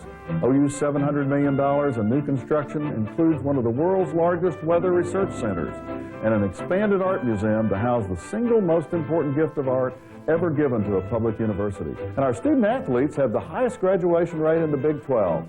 The University of Oklahoma, a flagship for excellence. This much we do know. These teams are already in the BCS. ACC champion Florida State, Michigan from the Big Ten, USC from the Pac-10, Miami from the Big East. Will it be LSU or Georgia or Oklahoma or Kansas State? Don't forget Tostitos BCS selection show tomorrow at 5:30 Eastern Time. We'll let you know who's going where. In the locker room right now, if you're Bob Stoops, what are you redoing? Well, you get them focused. You got to run the ball. Run the ball. You've got 49 yards the first half. Run the ball, keep it balanced. You got a gimpy quarterback. Don't make him throw 27 more times. That sounds great, Terry, but they're stopping the run right now. Well, you got to do it. I think right now, if you're Bob Stoops, you're telling your guys, fellas, look, you got to have the old humble pie. This team is fast, and they're hitting you, and they're not afraid of you. And I think that dose of reality has set in with the Oklahoma Sooners. And they had better hope that Jason White can stay in the game, or it may all be done, and nothing is assured. When we come back, it will be the Dr. Pepper $1 Million Throw for Dough.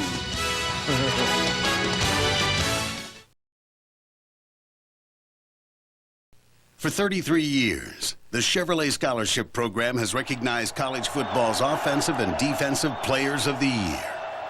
The Offensive Player of the Year honor goes to Texas Tech quarterback B.J. Simmons. In Simmons' first year at the helm of the Red Raiders offense, he threw for 5,336 yards, eclipsing the standing NCAA record for most passing yards in a single season. On defense, our Player of the Year is UCLA defensive end Dave Ball. The Bruins defensive end is easily the best in the country, as well as the national sack leader with 16.5 on the year. Those sacks set a new UCLA single-season record. By saluting athletes like B.J. Simmons and Dave Ball, the Chevrolet Scholarship Program has donated over $7.5 million to colleges and universities. At Chevrolet, we're dedicated to fostering the futures of America's colleges and universities.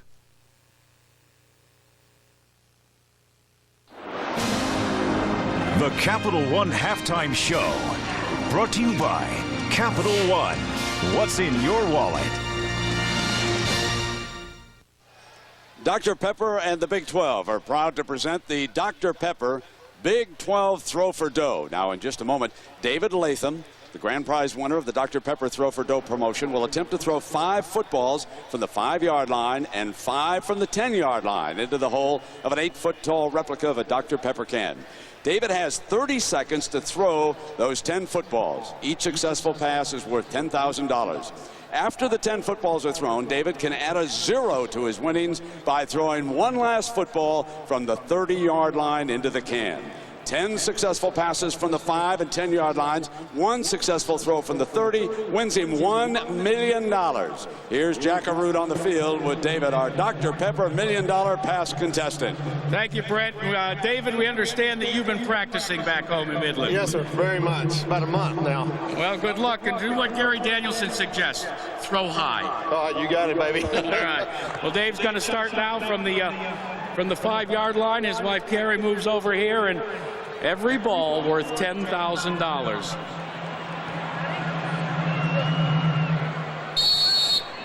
That's 10,000. There's 20,000. Will he get 30,000? Yes, he does. 40,000. No! 30,000. 30,000. Now he moves back to the 10-yard line. 30 seconds underway. Still at 30,000. He's trying to go high. The time clicking down. 6 seconds. 4 seconds. 3 seconds. Hey, he's got 40,000. Now for the big one from 30 yards back. This will be for an added 0.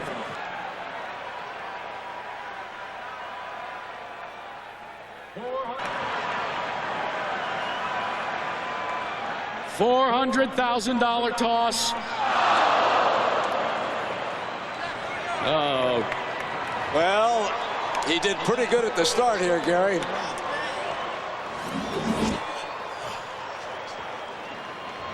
The Midland Musket here got the 5-yarders right down the pipe. Throws the ball very nicely. Nice high release over the air right there. Look at that. Nice job. Thanks, buddy. Well, joining David and Jackaroo on the field is the President and Chief Operating Officer of Dr. Pepper, Mike McGrath. And Mike, you have a big check to present to David here. Well, David, congratulations. On behalf of the Dr. Pepper Company and all the Dr. Pepper bottlers, I'm delighted to give you this check for $40,000. Thank you, sir.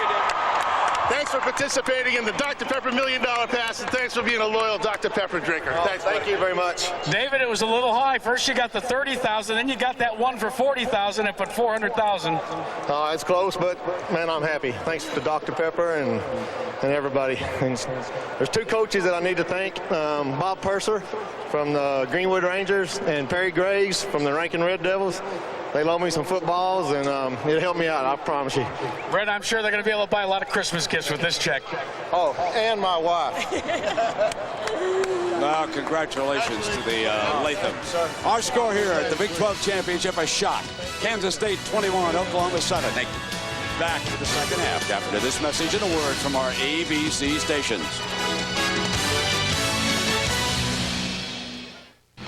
We began with the top 20 college plays of all time, and now, after thousands of votes over several weeks, we present the play that was chosen by the fans as the #1 Pontiac high-performance play of the NCAA. It's the big game of 1982. Stanford QB John Elway had driven his team to a field goal. All Stanford had to do, kick off the ball, tackle the Golden Bear player, and win. Along the sideline, another one. They're still in deep trouble in midfield. They tried to do a couple of... The ball is still loose as they get it to Rogers. They give it back now to the 30. They're down to the 20. All the bases out on the field. He's looking over the end zone. He's looking over the end zone. Will it count? The Bears have scored, but the fans are out on the field. There were flags all over the place. The Bears have won. The Bears have won. Pontiac, who's earned the right to be called the official performance machines of the NCAA, wants to thank you for voting on the Pontiac High Performance Play of the NCAA.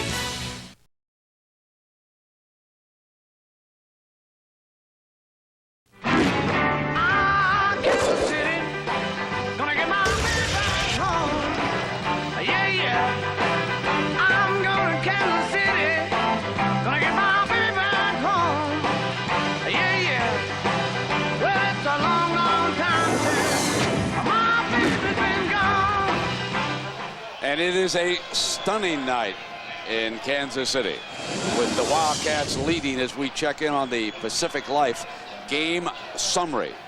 Oklahoma's ballyhooed offense, #1 in the nation, averaging better than 48 points a game, are 1 of 9 on 3rd down, and they've scored only 1 touchdown on their first possession of the game. Joe Ream with the ball on the tee. The Sooners will have the first possession. You're looking at Rankins, #3, back with Mark Bradley from Pine Bluff, Arkansas. And here comes Bradley from the 5, 20, out of bounds. And so, Gary Danielson, what's your out-of-whack stat? Well, coming into this football game, Oklahoma's longest pass play of the season was 42 yards. So far in this football game, 2 pass plays over 60 yards. The big play, that's the out of X. There's something he agrees with me on. Folks, the worst thing that happened to Oklahoma, not the fact they played Kansas State, the fact that everybody wrote they're going to go to New Orleans, win or lose. That's a bad thing to tell a football team. Well, everybody tells you good. A lot of backs on the pad, pat on the back, pat on the back. You forget to do your weightlifting and do all the things you have to do. You lose just a bit of focus. 1st and 10 from the shotgun. White fakes the handoff. Peoples. And they get 13 yards on the first play of the second half. Jason White is good because they attack different parts of the field. They throw it to all different sides, outside, deep. Loves to throw the deep ball and usually is very, very high completions. That interception, though, in the goal line, I think those back-to-back plays, friend, the tipped pass by Teddy Sims and then the interception on the very next play is a real big turnaround in this game. Yeah, when McGill made that interception right in the middle of the end zone, I think you're exactly right. 1st down and 10. Here comes the blitz. Middle's open, and Buell dropped back with Washington and defended the pass incomplete. Now, Jack, what did Coach Snyder have to say? Well, Brent, actually, I think Coach Snyder took Gary's victory recipe, and that's what he talked about at halftime. He talked about the fact that they had not seen any other team really get up in Jason White's face. He talked about the importance for them to continue to do so. Gary, what he wanted to do is he said more purple, as you said, on White. Yeah, they've done a great job of that. They've also covered well and let things happen in front of them, not giving up the big play. Inside handoff to Jones. Nothing doing. He's going to be thrown for a loss. You have to put it together if you're going to do things on Jason White. Purple on white was the theme all week, and that's exactly what they did. It's not always just sacks. It's hitting at quarterback after he throws the ball. You know, the other thing that's starting to emerge in this game, touchdown run by Kewan Jones of 42 yards early in this game. Total yards rushing by Oklahoma now, 49 yards. No run game at all. Now 3rd and 11. And this offensive line has been under fire all game long. A 3-man rush leaves the middle open. 1st down, and Jones spins inside the 40-yard line. Now let's go back to the offensive line story. 2 members of this Sooner team made the all-Big 12 team. But like we said at the top of the broadcast, they must protect White. They had given up 9 sacks in the previous 2 games. Gary has gone over the fact, he's showing you the video, that because of the knee injuries, White is not mobile. Therefore, the offensive line becomes the story of this second half. They must protect number 18. And no running game to help them so far. Now on 1st down, Clayton juggles, going to throw the halfback pass, going to take off. Sideline, dashes, still goes, touchback.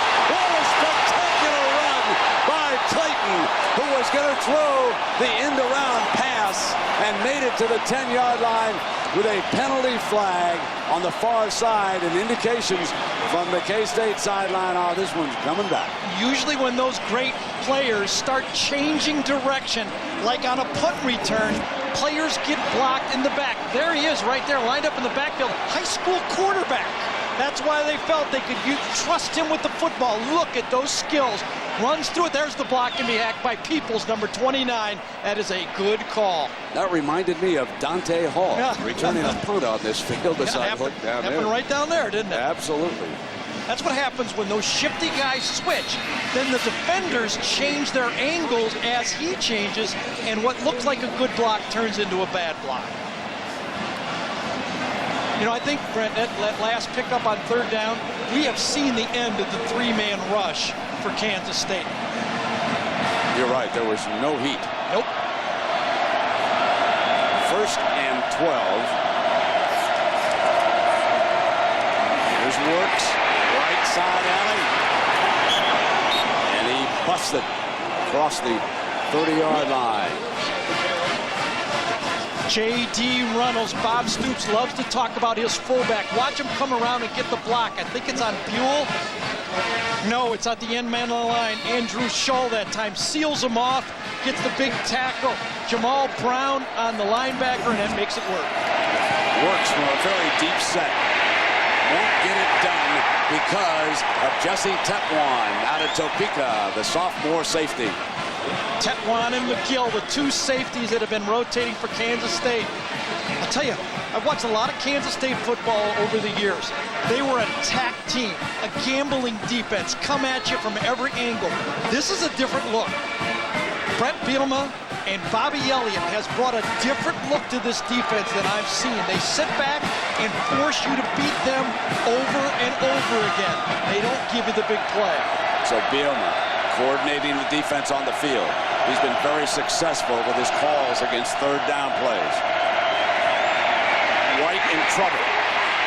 On the move, and it is complete. What a wonderful catch by Clayton. At the 25-yard line, they move the chains and credit number 9. Get out of that three-man rush, Kansas State. It's been disaster for you.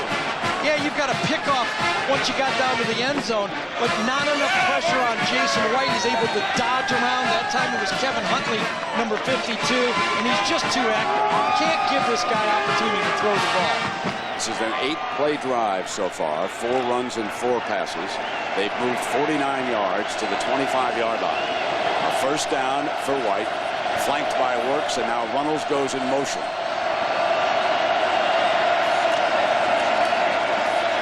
White, pump fake left, looks back middle, goes toward incomplete because Washington was working against Clayton that time inside the 5-yard line. Great coverage by Kansas State. Tried to go with a slant and go to the other side of the field. Look at Jason White, look left. It wasn't there. They ran the option and go, and Rashard Washington, watch him get his hand.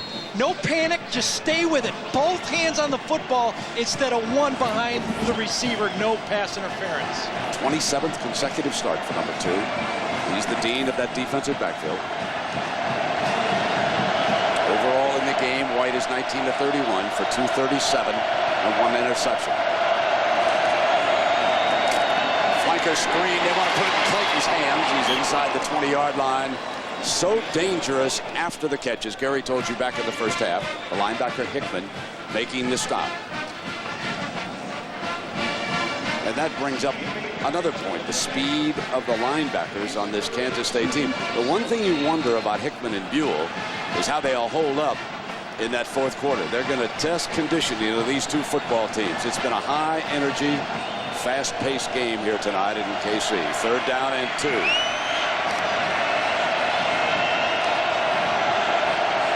Jones, the running back, with a deep set. And they're lining White up under center more than they did in the first half. Jones rounds the middle. Got the first down. They move the chains again. Power O play that time. That's a staple. Usually you see Oklahoma run this in the 4th quarter of a game with the lead. This time on 3rd and short, they pull the backside guard, Kelvin Chason, and run the play they should have ran when it was 4th and inches earlier in the 2nd quarter. That first trip inside the red zone ended in the end zone interception by McGill. 2-touchdown lead for a team that came into the game, a 2-touchdown underdog. Clayton is out to the left. Peoples to the right. White going to go to Clayton, and it's over his head and out of the end zone. Does Kansas State, are they well prepared for this football game? They know that Oklahoma loves to max protect. By that I mean keep their backs in and run slant corners. Kansas State is giving them the slant and backing off into the corner. I think Chuck Long will see that. Next time he comes down there, he's going to throw that slant. No coach in college football is a better preparer than Bill Snyder. He's a legend. And in fact, a lot of assistant coaches have complained privately about the number of hours they spend, but it pays huge dividends in so many games. 2nd down and 10. Jones. About a yard or 2 before he's stopped by that Kansas State defense. Let's see if they come with that 3-man rush unit again. What will Bielema and Elliott do this time? So Bielema by far less celebrated than the defensive coordinators on the other sideline, where Mike Stoops has recently been named the head coach down at Arizona. They bring in Kevin Huntley. That's their rush package. Huntley, 6'8", 265, goes in at defensive tackle. They got a 4-man rush. That's him shifting over right there. Clayton again in his hands, and he slips. At the 11-yard line, Clayton slips, and it's 4th down. Here comes the field goal team. Bob Stoops does not hesitate. Earlier, Trey DiCarlo missed only his 2nd field goal of the season, that from 44 yards. This far more makeable. Matt McCoy, he's the holder. Jacob Rice, the long snapper, has not had a bad snap in 2 years at Oklahoma. On the money. He is 0 for 2. Trey DiCarlo misses 2 field goals in the Big 12 championship game. That, folks, is a story. Timeout.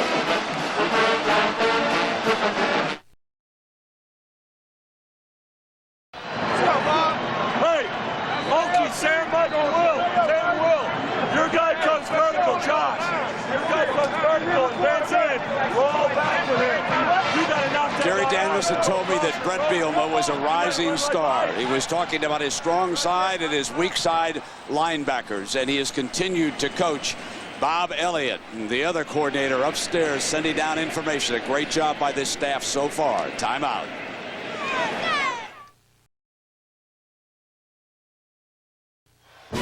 ABC Sports presentation of college football is brought to you by the newly redesigned 2004 Pontiac Grand Prix.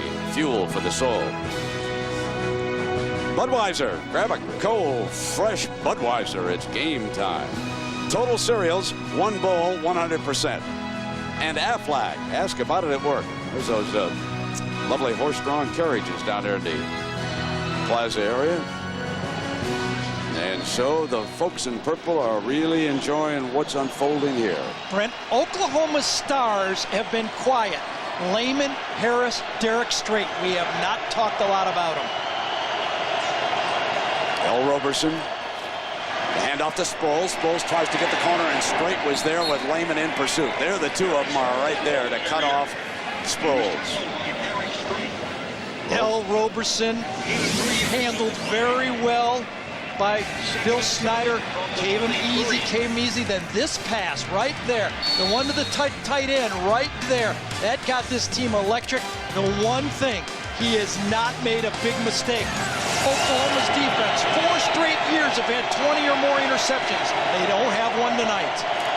3 wide, Roberson keeps it and dashes for the first down to the 35-yard line before Brodney Poole makes the stop. Roberson tonight has thrown for 182 and run for another 22. Tommy Harris right there. The All-American has been handled tonight.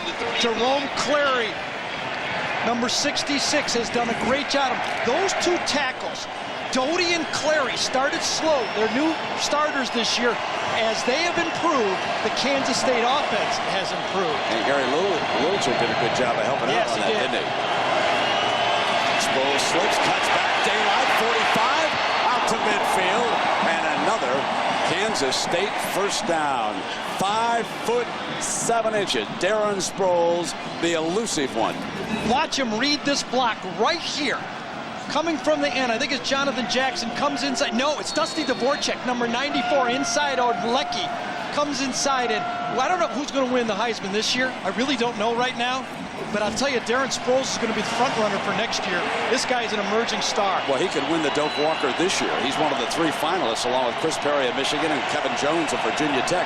First time that a K-State player has ever been a finalist for the Doak Walker. Here he comes again, cutting through the middle, taking charge before Strait rides him down at the 36-yard line. And now Sproles with 13 more yards has 94 rushing yards against this defense. 97, Tommy Harris. You know, we talk about patience for a quarterback. Oklahoma's defensive line, where's that patience? He's rushing the passer on a running play. You must have patience and read your keys. Oklahoma is in a hurry to make plays that aren't there. Polite is the slot receiver to Roberson's left. Terry is outside him. Draw play. Here comes Sproles to the short side of the field. Makes his way to the 30-yard line. And Jack Darren spoils the little tank. And Brent, he has been dominant since he was 8 years old and started playing in the Pee Wee leagues. In fact, he was so big in those Pee Wee games, he was so dominant that they changed the rules. They actually wrote a rule for Darren Sproles saying he could only run the ball just so many times. His high school coach, Gene Weir, said they had to do it because nobody could catch him. He almost could sneak out in that Pee Wee league right now and nobody would notice him, would they? 5'7", maybe 70 pounds. Roberson on the quarterback draw. And in behind one of his linemen, he battles his way to the 25-yard line. Another first down, Everidge making the OU tackle. Well, if L. Roberson emerges now in this second half as an alternative running back, Oklahoma's in trouble. This is a guy, the second leading rusher on this football team behind Darren Sproles is L. Roberson. He has 194 attempts coming into this game, and he's rushed for over 1,000 yards. But when you subtract his sacks, he's under 1,000. You can see how valuable he is. K-State at the 25-yard line. Option look, and Roberson keeps it most of the time. Football! Lehman can't get it, still loose. I think they got it. Lehman could not get the handle on the bouncing football, and K-State recovered it. It was one of those offensive linemen that were crawling on the ground. I think it's Nick Leckie, number 53, the All-American, that really just laid out. L. Roberson had the big fumble against Texas to turn that game around. Here he gets popped. Ball goes loose, and let's see who's crawling. Yes, it is Nick Leckie. Watch him just crawl. Goes over the top of Lehman, reaches out with his right hand and yanks it in. Great strength at the end is Leckie from Grapevine, Texas. 6'4", 285, pulled it back in the center. All Big 12 team this year makes a huge recovery. Now on first down, Sproles spins in the hole inside the 10-yard line. Well, tomorrow night, after you find out who's going to the BCS Bowl games at 5:30 on ABC, check this out on ESPN. My friend Reese Davis will give you the entire bowl lineup for the whole month of December and on through January 4th. That's at 6 Eastern Sunday. So you got a doubleheader. First you got to watch the Tito's BCS show, and then you switch on over to ESPN and find out where your favorite team is going overall. Second down.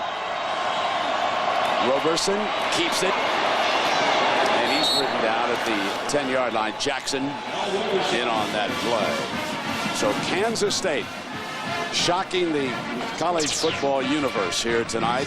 L. Roberson, 6 of 12, 182 yards, but 3 of his 6 completions have been for touchdowns. This one a 63-yarder to Terry.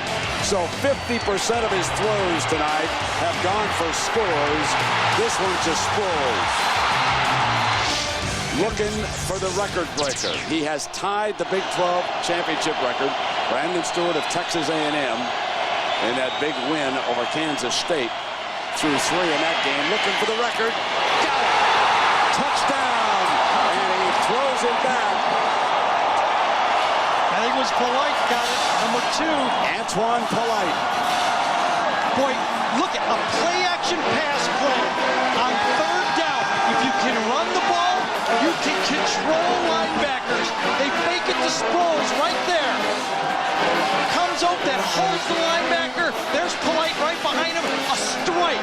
Look at the strike. Wide open. Brandon Everidge can't get there. And that is a beautiful throw and a beautiful play.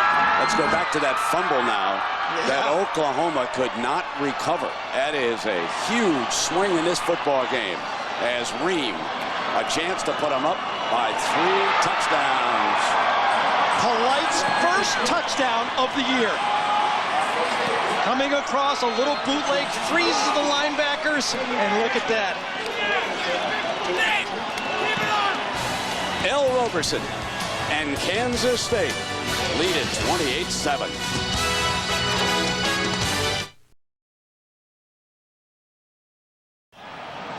Mike Stoops in his last game as the defensive coordinator before he takes over the reins. Prior to the game, the man who gave him a chance to be an assistant coach, Bill Snyder, in a very warm conversation prior to the game. Coach Fine Bob, a little bit of everything. But now Stoops is in uncharted territory. They have given up 4 touchdown passes, a Big 12 championship record. The story there is Mike Stoops was the defensive coordinator on the night that Brandon Stewart shocked Kansas State in overtime in a Big 12 championship game.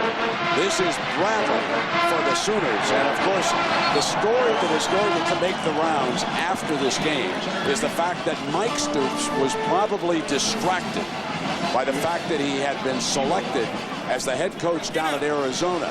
However, that would detract from the job that is being done right now by Bill Snyder's coaching staff, along with Roberson, Sproles, and the offensive and defensive lines of this Kansas State football game.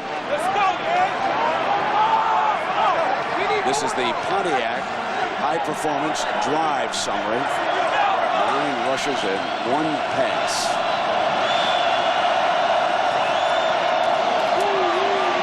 To Jones.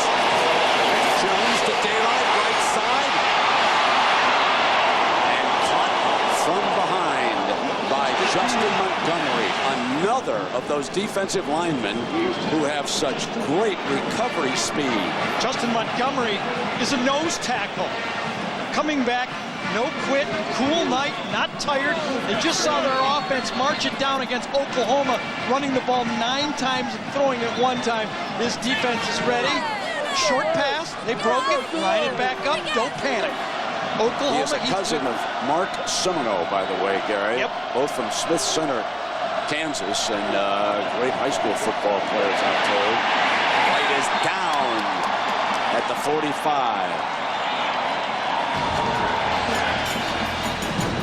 There's a war being waged between the FBI and the mob, and you'll get both sides of the story. All new Line of Fire Tuesday, 10/9 Central on ABC, and the viewer discretion is advised. And right now, Jason White is in the line of fire. Justin Montgomery again put pressure on him. Jason White has not seen pressure like this all year. 2nd and 13.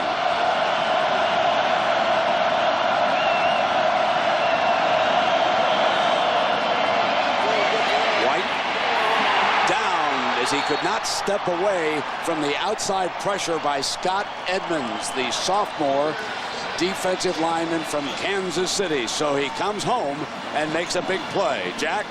Brent, it's obvious. You can see the frustration on Jason White whenever his defense is out on the field.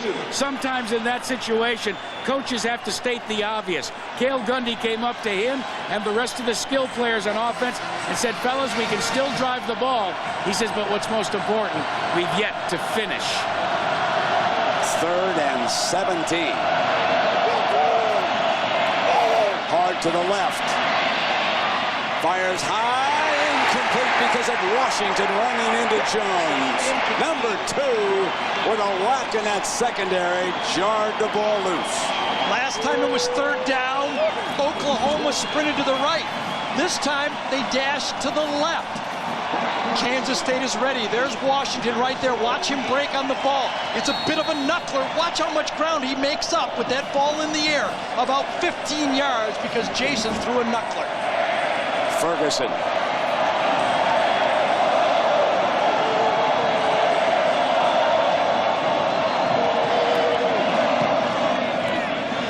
Sproles looks for the coverage, knows he's got a lot of room. Back at the 10. And he is down at the 9-yard line. Excellent coverage by the Sooners on that play. Russell Dennison, a sophomore linebacker, down the field, leading the charge for Oklahoma. Well, time permitting, the Thrifty Carmona postgame report. John, Terry, and Craig. So stay tuned for highlights and analysis from all of the games. And doesn't this throw everything up in the air? One of the stories that we have not covered yet, and I'm sure there's some very long faces right now in Austin, Texas, because if Kansas State goes they knocked the Longhorns out of consideration for a BCS Bowl. Only 2 teams can go from one conference to BCS Bowls. Oklahoma obviously still in the running because of their performance all year long, regardless of what happens here, as Sproles is eaten up on the play. And it means that Kansas State is automatic from this conference if they win this game. In all likelihood, unless some trading goes on, but in all likelihood, they would go down to Tempe, to the Tostitos Fiesta Bowl. And look at this. After 3 quarters this year, they are 9-0, and they're going to have a lead as the final seconds run off. The folks in purple right now, I mean, they can taste it. They have not won a championship of any kind since 1934, when Kansas State was a member of the Big Six. They're 15 minutes away from the biggest upset of the season. Back after this message and a word from our ABC station.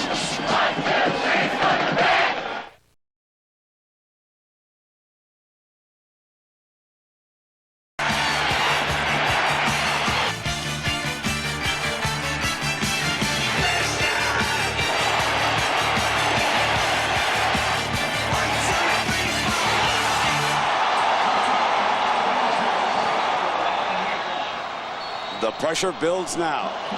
Kansas State with that balance, Gary. 30 running plays, 13 passes. How about that? 4 touchdowns and 13 passes. They lead it 28-7 as we start the final quarter. And Roberson keeps the ball in his hands right now. You know, I want to make a point because everybody's been saying, win or lose, Oklahoma's going to the Nokia Sugar Bowl and play the championship. Let's not overlook the human voters, the writers and the coaches. They're down right now 28-7. They've been thumped pretty good here tonight. You don't know what kind of impression that's going to make on them. There's a lot of points at stake in this thing. I have no idea. One thing I do know is there's going to be a run on computers. Everybody's going to want to find out what's going on. Go get your computer right now. I got no clue, folks. All I know is what we're seeing here is amazing. 28-7, and Sproles bolts for first down. I mean, they're starting to put it to him a little bit here. The Dr. Pepper third quarter stats of this game. A 3-touchdown lead, Gary. They have done it with great balance. Look at that, 150, 192. You don't have to have play calling balance, but balance in yards like that, that is amazing.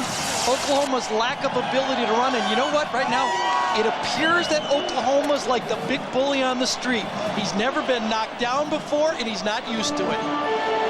Bill Snyder is hiding some internal feelings right now. He is so excited about the possibility right here. He has to keep thinking about what to do. But Bill Snyder has done everything but win a Big 12 championship. And you just know, because remember, when Bob Stoops moved back to Oklahoma, he raided that man's coaching staff. Among others, he took his brother, Mike Stoops, down there. He took Brent Venables. There were bad feelings around on both sides as a result. There is no one in a championship game that Snyder would rather beat than the Stoops brothers here tonight. If you've never made the drive from Kansas City to Manhattan, Kansas, you have no idea what a great job this man has done in building this program. Roberson off the fake. Got an open Polite. Got him for the first down at the 41-yard line. Roberson with a beautiful ball fake that time. 33 more yards passing. Play action passes in the fourth quarter. We knew it was going to be key. There's Polite, middle of the field. Brandon Everidge stops on the tight end right there. You got to be as deep as the deep. He bites on the tight end. Lack of confidence. Too much. Trying to make big plays. Oklahoma's trying to make things happen that aren't there right now. Play action passes in the fourth. Bill Snyder is in heaven right now. Roberson will keep it. About 80% of the time when he shows option, he'll keep it in his hands. And Jack, what do you hear about Dvorak down on the field? Well, Brent, they tried to go without Dvorak. When Dusty came off the field, he took a very hard hit on his left lower leg. He cannot get down in a 4-point stance very comfortably. And when you watch him out there, because he did come back out, he can't fire off the ball the way he did before. He's playing with a wounded leg. Look how many Oklahoma guys have their hands on their hips out there. 2nd and 7. Roberson with the pitch to Sproles, who's bottled up on the sideline. And going nowhere as Teddy Lehman brings him down. Really surprised by that play. Option, not second guessing Bill Snyder. He knows more than I ever knew. But that is a dangerous play into the sideline. Right now, I think it's quarterback draw, and if you throw the ball, throw it deep. How would you like to have 8 completions for 225 yards out of your quarterback? You can just think of the emotions.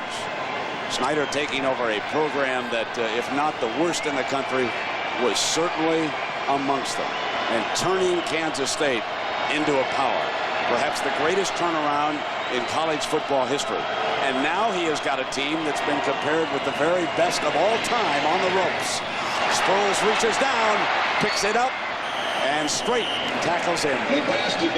4th and long. And John, what's going on in the SEC? Brandon, this SBC update, LSU's doing it on both sides of the ball. David Green is picked off by Lionel Turner. Takes it 18 yards, just a little stroll to the end zone, and it's a 24-6 lead for LSU. All right, John, and here, of course, Oklahoma in deep trouble. This will come out, I believe. Did he touch it, make the play? I thought it was into the end zone. It is. They're calling it a touchback. Yep.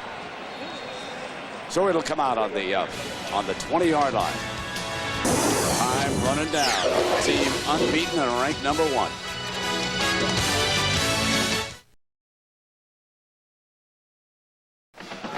Now, with Pete Carroll and USC having won big, and with LSU and Nick Saban winning big, and Oklahoma being beaten up rather handily by Kansas State, will the Riders go 1-2 and drop Oklahoma to 3? I mean, there are so many storylines unfolding here tonight as White complete to the left side and Buell is over there defensively. Now, the Pacific Life game summary, and Gary, I'm going to turn this over to you because you think this was the turning point. Absolutely. 14-7 game. This is a touchdown. If Teddy Sims doesn't get his hand on that, and then Jason White tries to make something happen on 3rd and 5, it's picked off by James McGill, and that 14-14 game turns into a 14-7 game. 4 plays later, the screen pass to Sproles for a touchdown. Now we've got 3rd down, 10:24 to go after that incompletion. We'll take a look. Jones was out here, was very well defended. In fact, K-State fans were hoping for an interception on that play. Yep. And it went through Jones. Here's your 3rd down. And in talking, Gary, the Sooners almost have to score every time they touch the ball right now. I think the most they're going to get the ball is 4 more times in the game. They're down 3 touchdowns. You could get an onside kick to change it, but you almost have to score every possession. So here's a big 3rd down for the Sooners. Picked off. Intercepted by Teddy Sims. Touchdown. The dagger is delivered by the young man who deflected that ball earlier in the end zone. Races into the end zone, and suddenly, folks, this is not a close loss. This is a runaway for the Wildcats. How wrong could I be? I said Kansas State absolutely had a chance to beat Oklahoma, but they had to win by a TKO. They've got the champ on the mat, and it 8 count. They could knock out Oklahoma in this football game, and they could knock Jason White right out of the Heisman. A stunning score at Arrowhead Stadium in Kansas City. OU fans are shocked. It's 35-7. A 2-touchdown underdog, so well coached by Bill Snyder, is now just 10 minutes and 16 seconds away from a championship.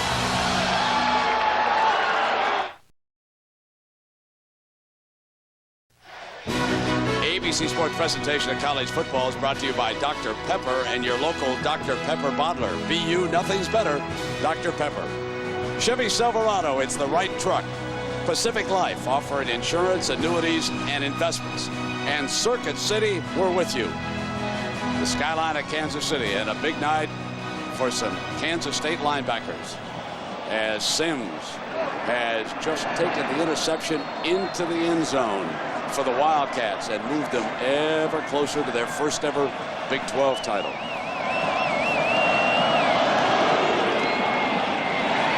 Here's Bradley. 20. Spins. Stopped. Well, it's been a great year as this one unfolds here tonight, and tomorrow join host Justin Timberlake for a look back at an amazing year of athletic achievements. The Thrill of Victory 2003, presented by Bank of America. ABC Sports Year in Review tomorrow at 3:30 Eastern, 12:30 Pacific, right here on ABC Sports Championship Television. Well, we better open up a little window for this game, folks, in that show tomorrow. Yeah, you're right. Because Bill Snyder and Kansas State closing in. Clayton goes in motion. White's under pressure. Knocked away again. Number 23 makes the play, Jesse Tetwan. Let's go back to the interception. I'm sure you all want to see it. There's Teddy Sims. Excuse me. There's the other linebacker, Josh Buell. Watch this. If Simmons doesn't get it, Buell would have. Jason White forcing the ball inside. Bad decision, one of the worst decisions he's made all year. Actually, maybe even worse than the one near the goal line. That is a bad one. 2nd and 10. Complete to the 30-yard line. So it'll be by 3rd and 5. Cedric Williams making the defensive play as we check in again with John Saunders in New York. Well, Brent, Georgia trying to keep this thing close. David Green finally 18 yards, hooks up with Benjamin Watson and gets it across the goal line. Touchdown makes it 24-13, but LSU right now is inside the 5. 3rd down and 4. White's got Clayton. Extends for the catch, and it's incomplete as he put it down. Going out. Ball hit the ground. The official was right on top of it. Get used to the look that Kansas State will play the rest of this game. Safeties are 15 yards and backing up at the snap. Everything will happen underneath the rest of the football game. They'll play clock. They'll play conservative, and they will force Oklahoma, if they do score 2, 3, 4 more times, to do it the long way. It's 4th and 4 with 9:27 to go. Over the middle, 1st down. So they move the chains as the tight end Lance Donnelly makes the grab for the 1st down. Anything but a big play. This is a defense that Bielema and Elliott learned at Iowa. Iowa plays the same style as now the hurry-up comes for Oklahoma. They're not just using shotgun, forcing out a timeout by Kansas State. One of the coaches who has done such a good job, Brett Bielema, with the K-State defense.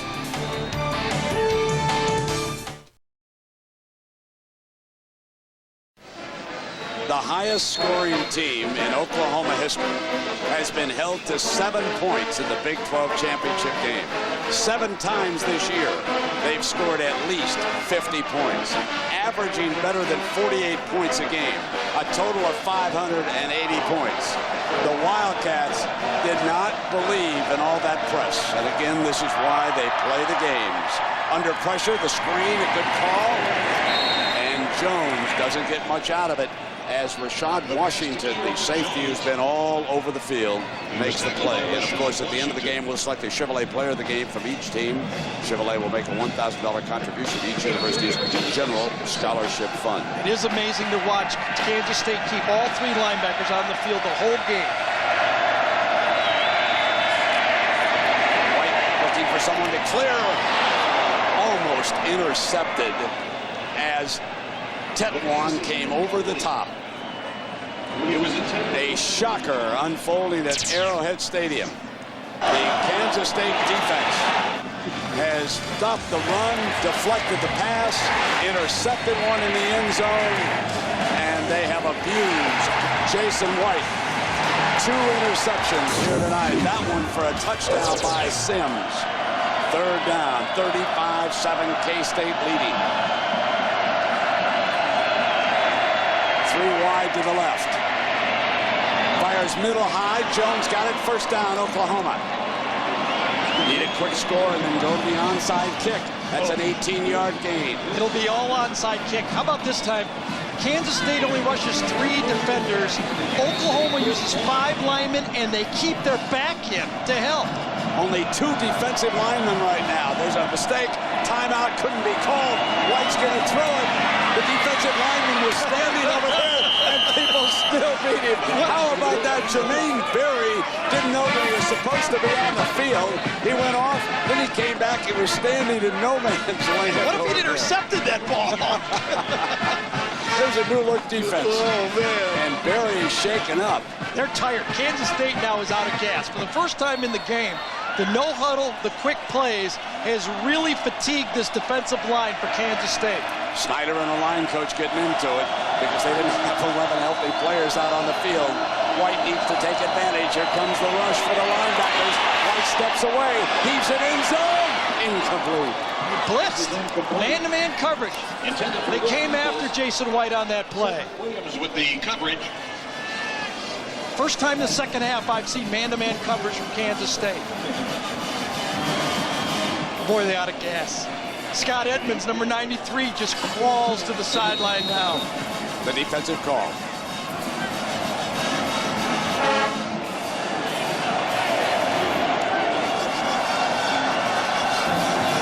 Christian Edmonds, look at him. He can't get in. Clayton is off to the left. Now in motion through the formation, all the way out to the right. Deflected, incomplete, and it's 3rd and 10. One of the keys you must remember when you play a shotgun team, they like to throw a lot of short balls. Justin Montgomery that time, number 92. You gotta get those defensive linemen. If you can't get to the quarterback on the short passing game, get your hands up. There's Justin, he's had a great game, plugging inside and just gets that right paw on the quick slant. 4 down territory. 4 down gain for Oklahoma.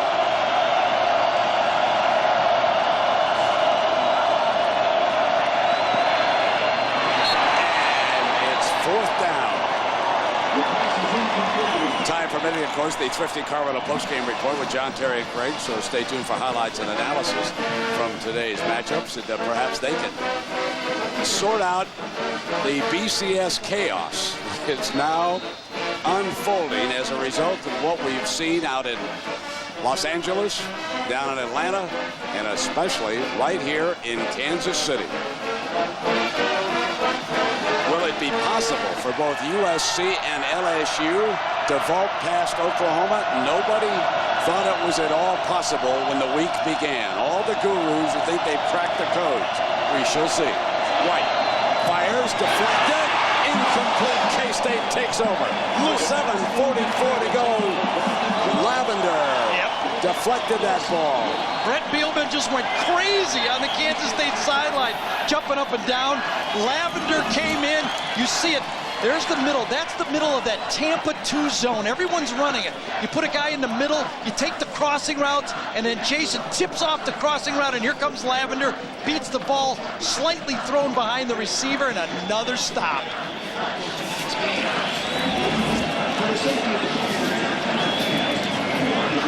So we'll take a break. Kansas State is only 7:44 away from a shocking upset.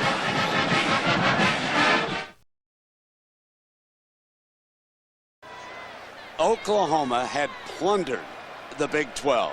You can see the comparison of the school's averages and what they did against this OU defense. Pay a particular attention to Colorado. They put up a good stand against them. But then take a look at what Kansas State has done here tonight. They have put 35 on the board. And Sproles takes off in a foot race. Can State get him?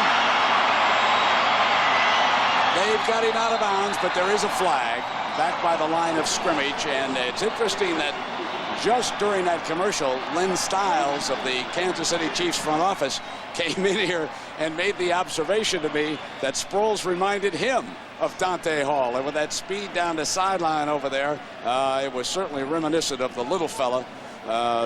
Covered a lot of real estate here. He's much bigger than Dante. Runs like him, but he's bigger than him. This might be against Oklahoma. I'll tell you, he ran right by Derek Strait, and Strait had the angle on that play also. I was shocked that he ran by Derek Strait like that. There's a lot of meeting going on here. You know, Gary, thinking of the Big 12 Championship and the many great games that I have seen unfold, the very first one. The formation was legal. There were 7 people on the line of scrimmage. Therefore, there's no flag. So it has been picked up, a 60-yard run as we take a look at this play, and you watch the great running back, which takes me back to the first game. Texas was a heavy underdog against Nebraska. Ricky Williams and a fellow by the name of Priest Holmes were the running backs that night. Dick Vermeil happened to be the analyst. Priest Holmes had a huge game. Yeah. And guess who now carries the load for Vermeil, having been picked up as a free agent when Carl Peterson got him away from Baltimore. So the Big 12 plays a role with these Kansas City Chiefs who play Denver tomorrow.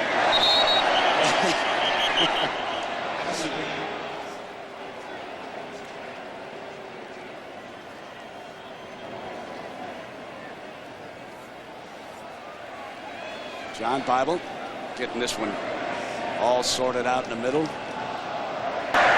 Dead ball, false start on the offense. 5 yards. Well, here's your victory recipe, Gary. Boy, they did it.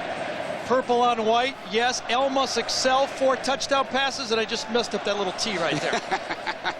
Yeah, this was hardly a TKO, was it? James Terry on that last run by Sproles, because Kansas State went unbalanced line. He had a great block on the play.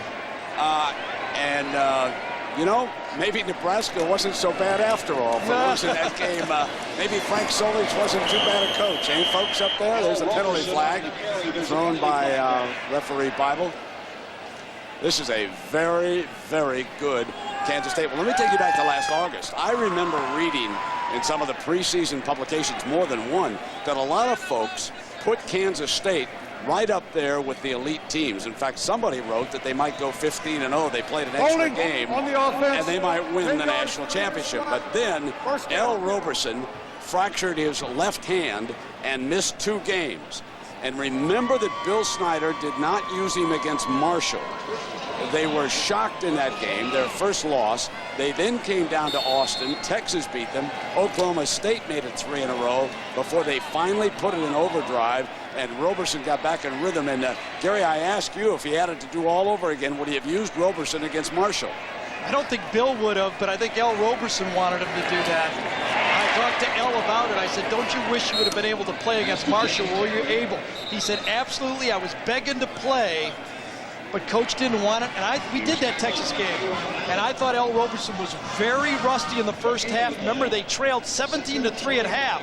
They took the lead in that game, but still ended up losing.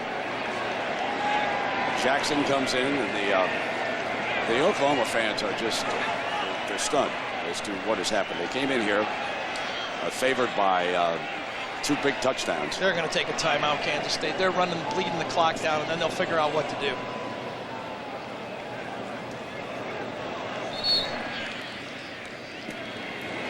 And let's check in with John on what's happening with LSU. Well, they're running at will, and the defense has just come up with another stop. This is Justin Vincent.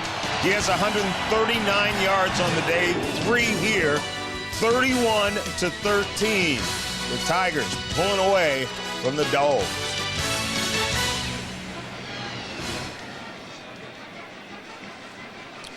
Well, it now becomes a jump ball amongst 3 schools who are certainly on the Sugar Trail.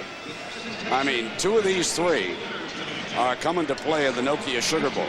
And the question is now, in my mind, will USC and LSU jump Oklahoma in one of the human polls? And the coaches, of course, vote in one. The USA Today, ESPN, and the AP poll, it's the writers. How will they evaluate what's unfolding here this afternoon and tonight? I don't think anybody thought that Kansas State could dominate Oklahoma. I think there's a lot of people who thought they could upset them, but not by what's happening here at 35-7. This is just a shocking score as Thompson begins to lumber up here on the sideline. Yeah, this Kansas State team is constructed in a way that should be able to give Oklahoma trouble. This much trouble, nobody would have ever believed. But Oklahoma, like a lot of undefeated teams, hasn't been used to getting knocked on their butt. They lost confidence. We saw it right away from this guy, Antonio Perkins, when he got beat on the play by James Terry, and it seemed to spread throughout that Oklahoma defense. Second down and a bunch.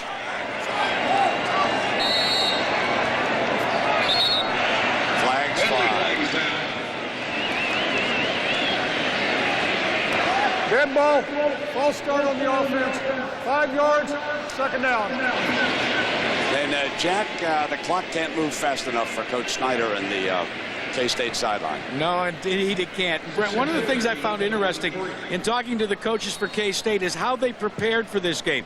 Now, when you work for Coach Snyder, you break down every available tape possible, especially when you have a bye week. But this time they broke it down by quarters and situations on their computer.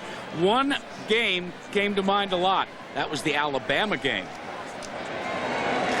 Second down and 30. Deflected incomplete. Well, we talk about playing for Coach Snyder and what that's like. And we ask Roberson that question. When you're down, he'll get you up, and when you're up, I mean, he'll let you know you're up too much. Sometimes, like Nebraska game, my first few passes were skyrockets, high, and told me to calm down a little bit. And I mean, he's just a great guy to have, as your head coach. And he's about to add something to his resume.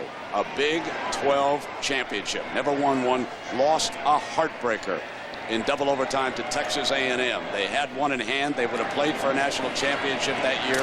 Let it get away. Different quarterback that night. And here it's L. Roberson going to take them to their first ever BCS Bowl. In all likelihood, they will go to Tempe, but I don't want to get ahead of myself because the fellows tomorrow will have it officially at 5:30. But ordinarily, the Big 12 champion is the host team or the home team in Tempe at the Tostitos Fiesta Bowl. But we will have to wait and see how everything unfolds. But man, did this make it a jump ball for those 4 BCS Bowls. Darren Sproles with 174 yards rushing. Who would have ever thought that he could go against this defense that many yards? Boy, it has been one. Both teams want this thing finished, don't they? Yeah, exactly. Oklahoma wants to go home, lick its wounds. Yep. They hope now that all of those writers were correct Before the this snap, week. false start in the offensive line.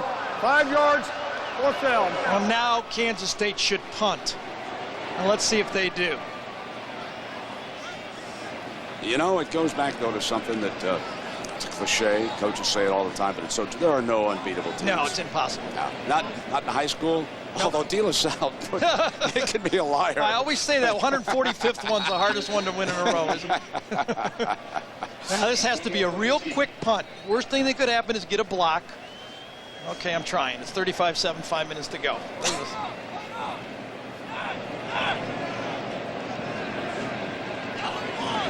Well, I'm surprised Oklahoma's playing safe.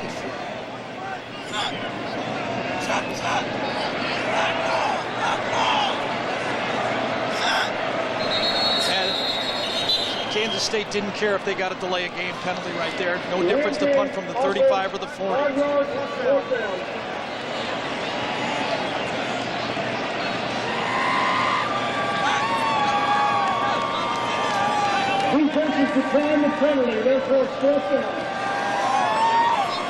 And the game goes on.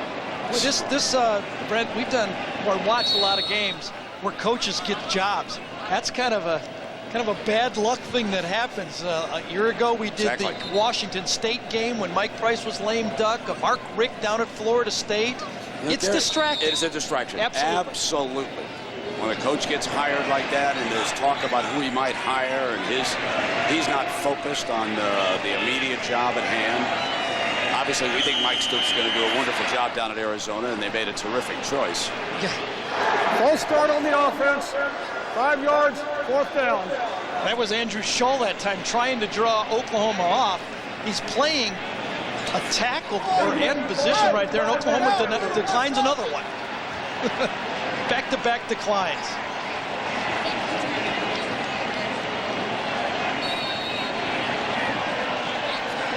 Sooner or later, they got to punt this thing. You would hope. Jared Bright.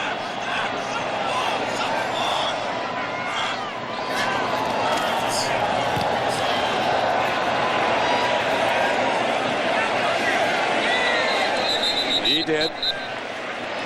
And Thompson, having warmed up, although White is also still in a helmet down there. The young man from Tuttle, Oklahoma. This was to be the biggest week of his life. And so many of the Heisman Trophy voters wait until late. The majority of votes are not going to be cast until next week. There's going to be a lot of speculation about what might happen to the Heisman. Eli Manning over at Mississippi. Curtis Perry up there at Michigan came on with a great game against Ohio State. And here comes Thompson. So the backup from Leander, Texas, the sophomore, Paul Thompson, jogs onto the field.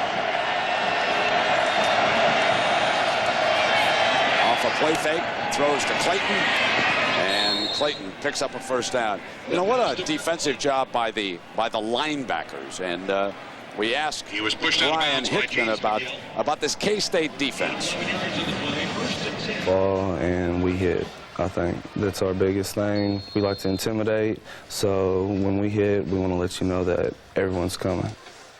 All week they read that they didn't have a chance, and they said not so fast. Oh, they were adamant that no team was going to beat them by 14 points. That was their guarantee. I think somebody said, look, we may lose this thing, but they're not going to beat us by any 14 points. Jarred, incomplete, symbolic of the night. Rashad Washington. I'll tell you, Brett Bielema and Bobby Elliott have put together a package, and they did exactly what you should. Try to take away the first throw for Oklahoma. Oklahoma has not been able to run the ball. They got 42 yards on one play. They got 80 yards in the game. Force them to throw the ball over the middle. Keep your safeties in position to hit every guy that catches it. Thompson struggles out to the 38-yard line. 35-7. And Oklahoma, remember, scored on its first possession here tonight. They have missed 2 field goals since then. They had another pass intercepted in the end zone. And they're trailing by 28. And you can see our yardage totals here tonight. Well, look at that. Look at that. Look at that balance. Within 3 yards by Kansas State.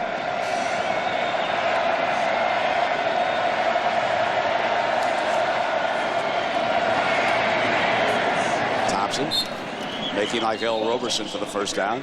Kansas State has been coming on. The last 3 games coming into this game, they gained 1,500+ yards in offense. Tonight they are almost at 500 yards. They've caught fire.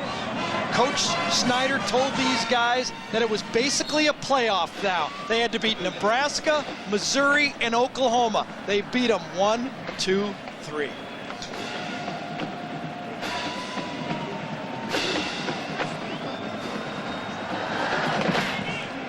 Well, offside defense, 5 yards, 1st down.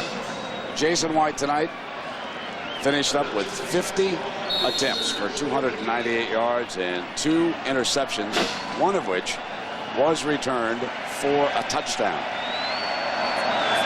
This would be the first time that Bill Snyder has beaten Bob Stoops since Stoops became the head coach at Oklahoma. Thompson with a beautiful spin move. And finally down at the 35-yard line. Derek Marceau tripping him up off the bench over there for K-State with a nice stop. It is 3-0. And in the last game in Norman back in 2001, the final score was 38-37. Oklahoma. He played him right down the wire. El Roberson had a great football game in that loss. Roberson passed for 257 yards, rushed for 115. Tonight he passed for 227, but 4 touchdowns.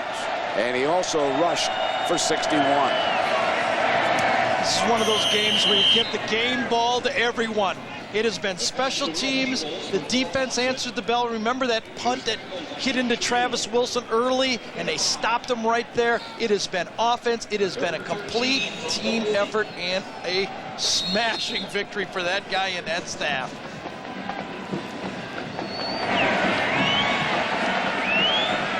He was, by the way, when he was at Iowa, coached by Coach Mike Stoops and was a teammate of Mark Stoops at Iowa when he played there. 3rd and 13. Clayton can't get to it.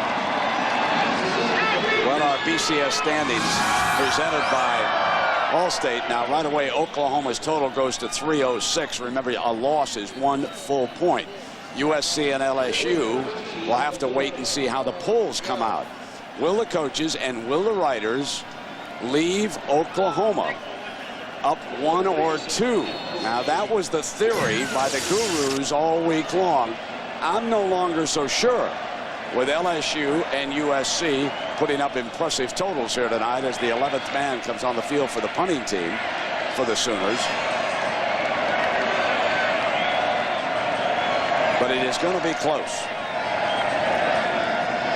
And certainly the Sooners still have as good a chance, because remember, they've all 3 lost 1 game as Sproles makes the fair catch at the 24-yard line. So they will have to be evaluated by the 2 human polls and the computers. The strength of schedule comes into play. And back in 1934 in the Big Six, their last conference championship. Remember, Kansas State, as we talked about before, this is no fluke. This is no surprise. They were picked by the experts, the media, and the writers to win the Big 12 North. I was one of those guys that said they had a shot to win the national championship. I actually picked them to be in the national championship, but I think El Roberson's injury just derailed them, and they didn't catch it again until they got back after 3 losses. Here's Sproles. Breaking into the open at the 40. 30. Cuts on Perkins. Down at the 10-yard line. Darren Sproles with 65 more yards. And now he has rushed for 239 here tonight against Oklahoma. Unbelievable. Unbelievable. Darren Sproles puts over 200 yards. There's Bobby Elliott, co-defensive coordinator. Came from Iowa. He knows this football game is a success. And now watch it. He popped it. Go for it, Darren. Bobby has been through a lot, Fred. We know that. He was at Iowa, got sick, he battled cancer, had to step away from coaching, has come back with his good friend Bill Snyder back in the football, and talked to him before the game. He said he's feeling great. Sproles has just put up a Big 12 title game record with 237 yards. Roberson put up a Big 12 title game record with 4 touchdown passes. Those are huge numbers against this Oklahoma defense. Well, I wonder if the Nebraska coaches thinks Kansas State's running up the score here against Oklahoma. Yeah, they'll come down here and accuse them of running it up. Give me a break. Look back in the record book at some of those scores, please.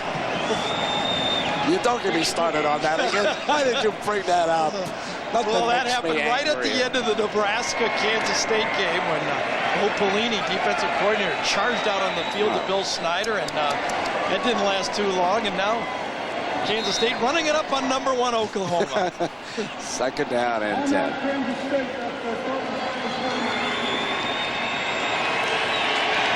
Boy, this guy has gone from coaching genius to coaching legend in one night here. Yeah, this is unbelievable. Yes. And it is the coaching staff. You know, Gary, I kept making the point that I thought the coaches were more together when we saw them later in the year. And it takes a while for a staff. And we could have chosen so many players from K-State, but we're going to go with the leader, El Roberson. He has done it all. He's shown such maturity in this game. 4 touchdown passes. And Teddy Lehman, he's played his heart out here in this loss, as he normally does. 4 of his 8 tackles at a loss. And in recognition of their efforts, Chevrolet makes a $1,000 contribution to each university's general scholarship fund. We send you to New York and John Saunders. And for a reminder, join us tomorrow at 5:30 Eastern Time for their Tostitos Bowl selection show. In past years, it's been a foregone conclusion. Guess what? Nobody knows this year coming in. It is no layup this year at all. And I tell you what a scenario is out there that could happen very well would be LSU going to number 2 with USC at number 1. Okay, number 3, Oklahoma. But USC get left out of the whole picture, the BCS being at number 3. This thing is really messed up, and it's going to be interesting tomorrow. Didn't think Oklahoma could get this low, but they didn't think they'd get beat this bad either. That's tomorrow at 5:30, Brent. Back to you. Yeah, John, you guys make the big point, and Terry said it, and I think it's going across America tonight. No one expected Oklahoma to lose like this, 35-7, and Bill Snyder, just moments ago, got the traditional bath. His first Big 12 championship. You only want to do that on a very special night with Coach Snyder.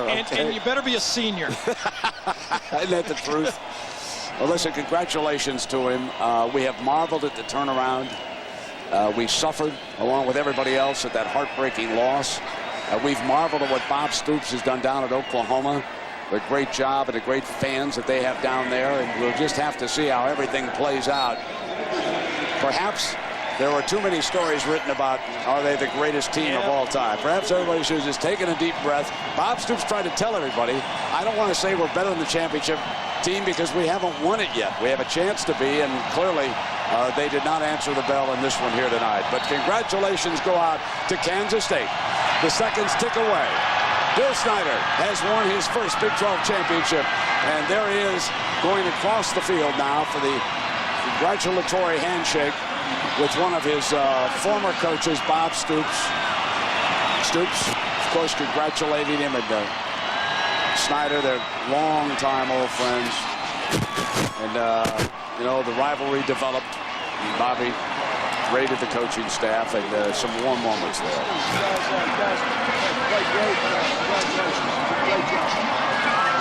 A couple of very class guys. Let's go down to Jackaroo. Well, Coach, getting the congratulations from Brent Venables. Coach, I would have to think the understatement of the day would be this is your biggest win. That's your statement or mine? Mine. Okay. That's fine.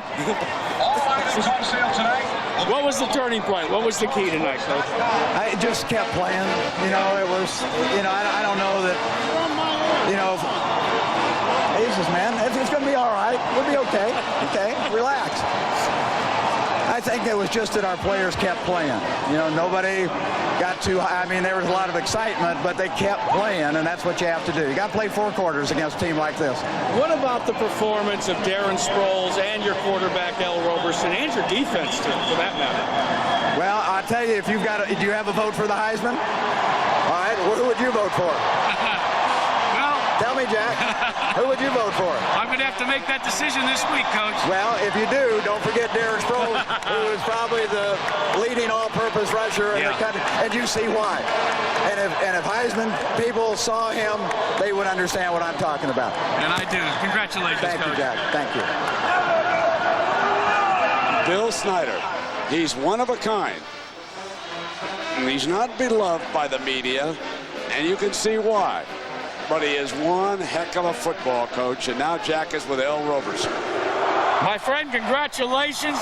Big win. Tell me how you guys accomplished it. What was it like back in Manhattan all week when you prepared for this game? Man, we just knew that we had a chance. Everybody doubted us. They didn't think we could do it, and that just motivated us. We came off a rough year in the middle of the year, and we just wanted to come out and just finish up strong, and my team rallied behind me, and we got it done.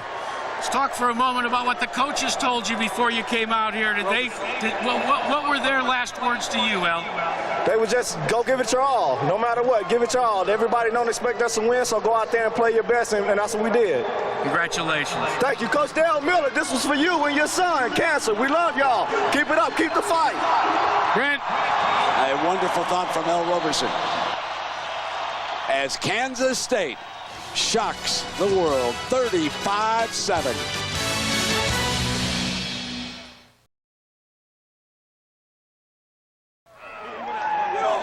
35 points and 519 yards of offense for the Big 12 champion Kansas State Wildcats. They do it 35-7 over Oklahoma. ABC Sports is online at ESPN.com. Search ABC Sports. Don't forget the Tostitos BCS Selection Show live tomorrow at 5:30 Eastern. Kansas State has done it.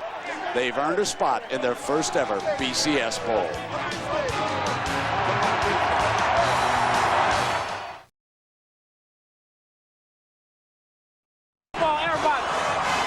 All right, Jack, thank you. All right, Mr. Danielson, who would you send to New Orleans? The Chiefs and the Eagles. I agree with you. There you have it, Reese. It's up to you. You guys got the answers, not us. I don't even own a computer. Yeah, well, they're right. Brent and Gary, we've been going through these numbers, and our BCS guru, Brad Edwards, has been helping us through these. But for Kansas State, first conference championship since 1934 when they won the old Big Six, and we'll see how it plays out for Oklahoma. And now, Steve, I believe you've got some results from the SEC championship game.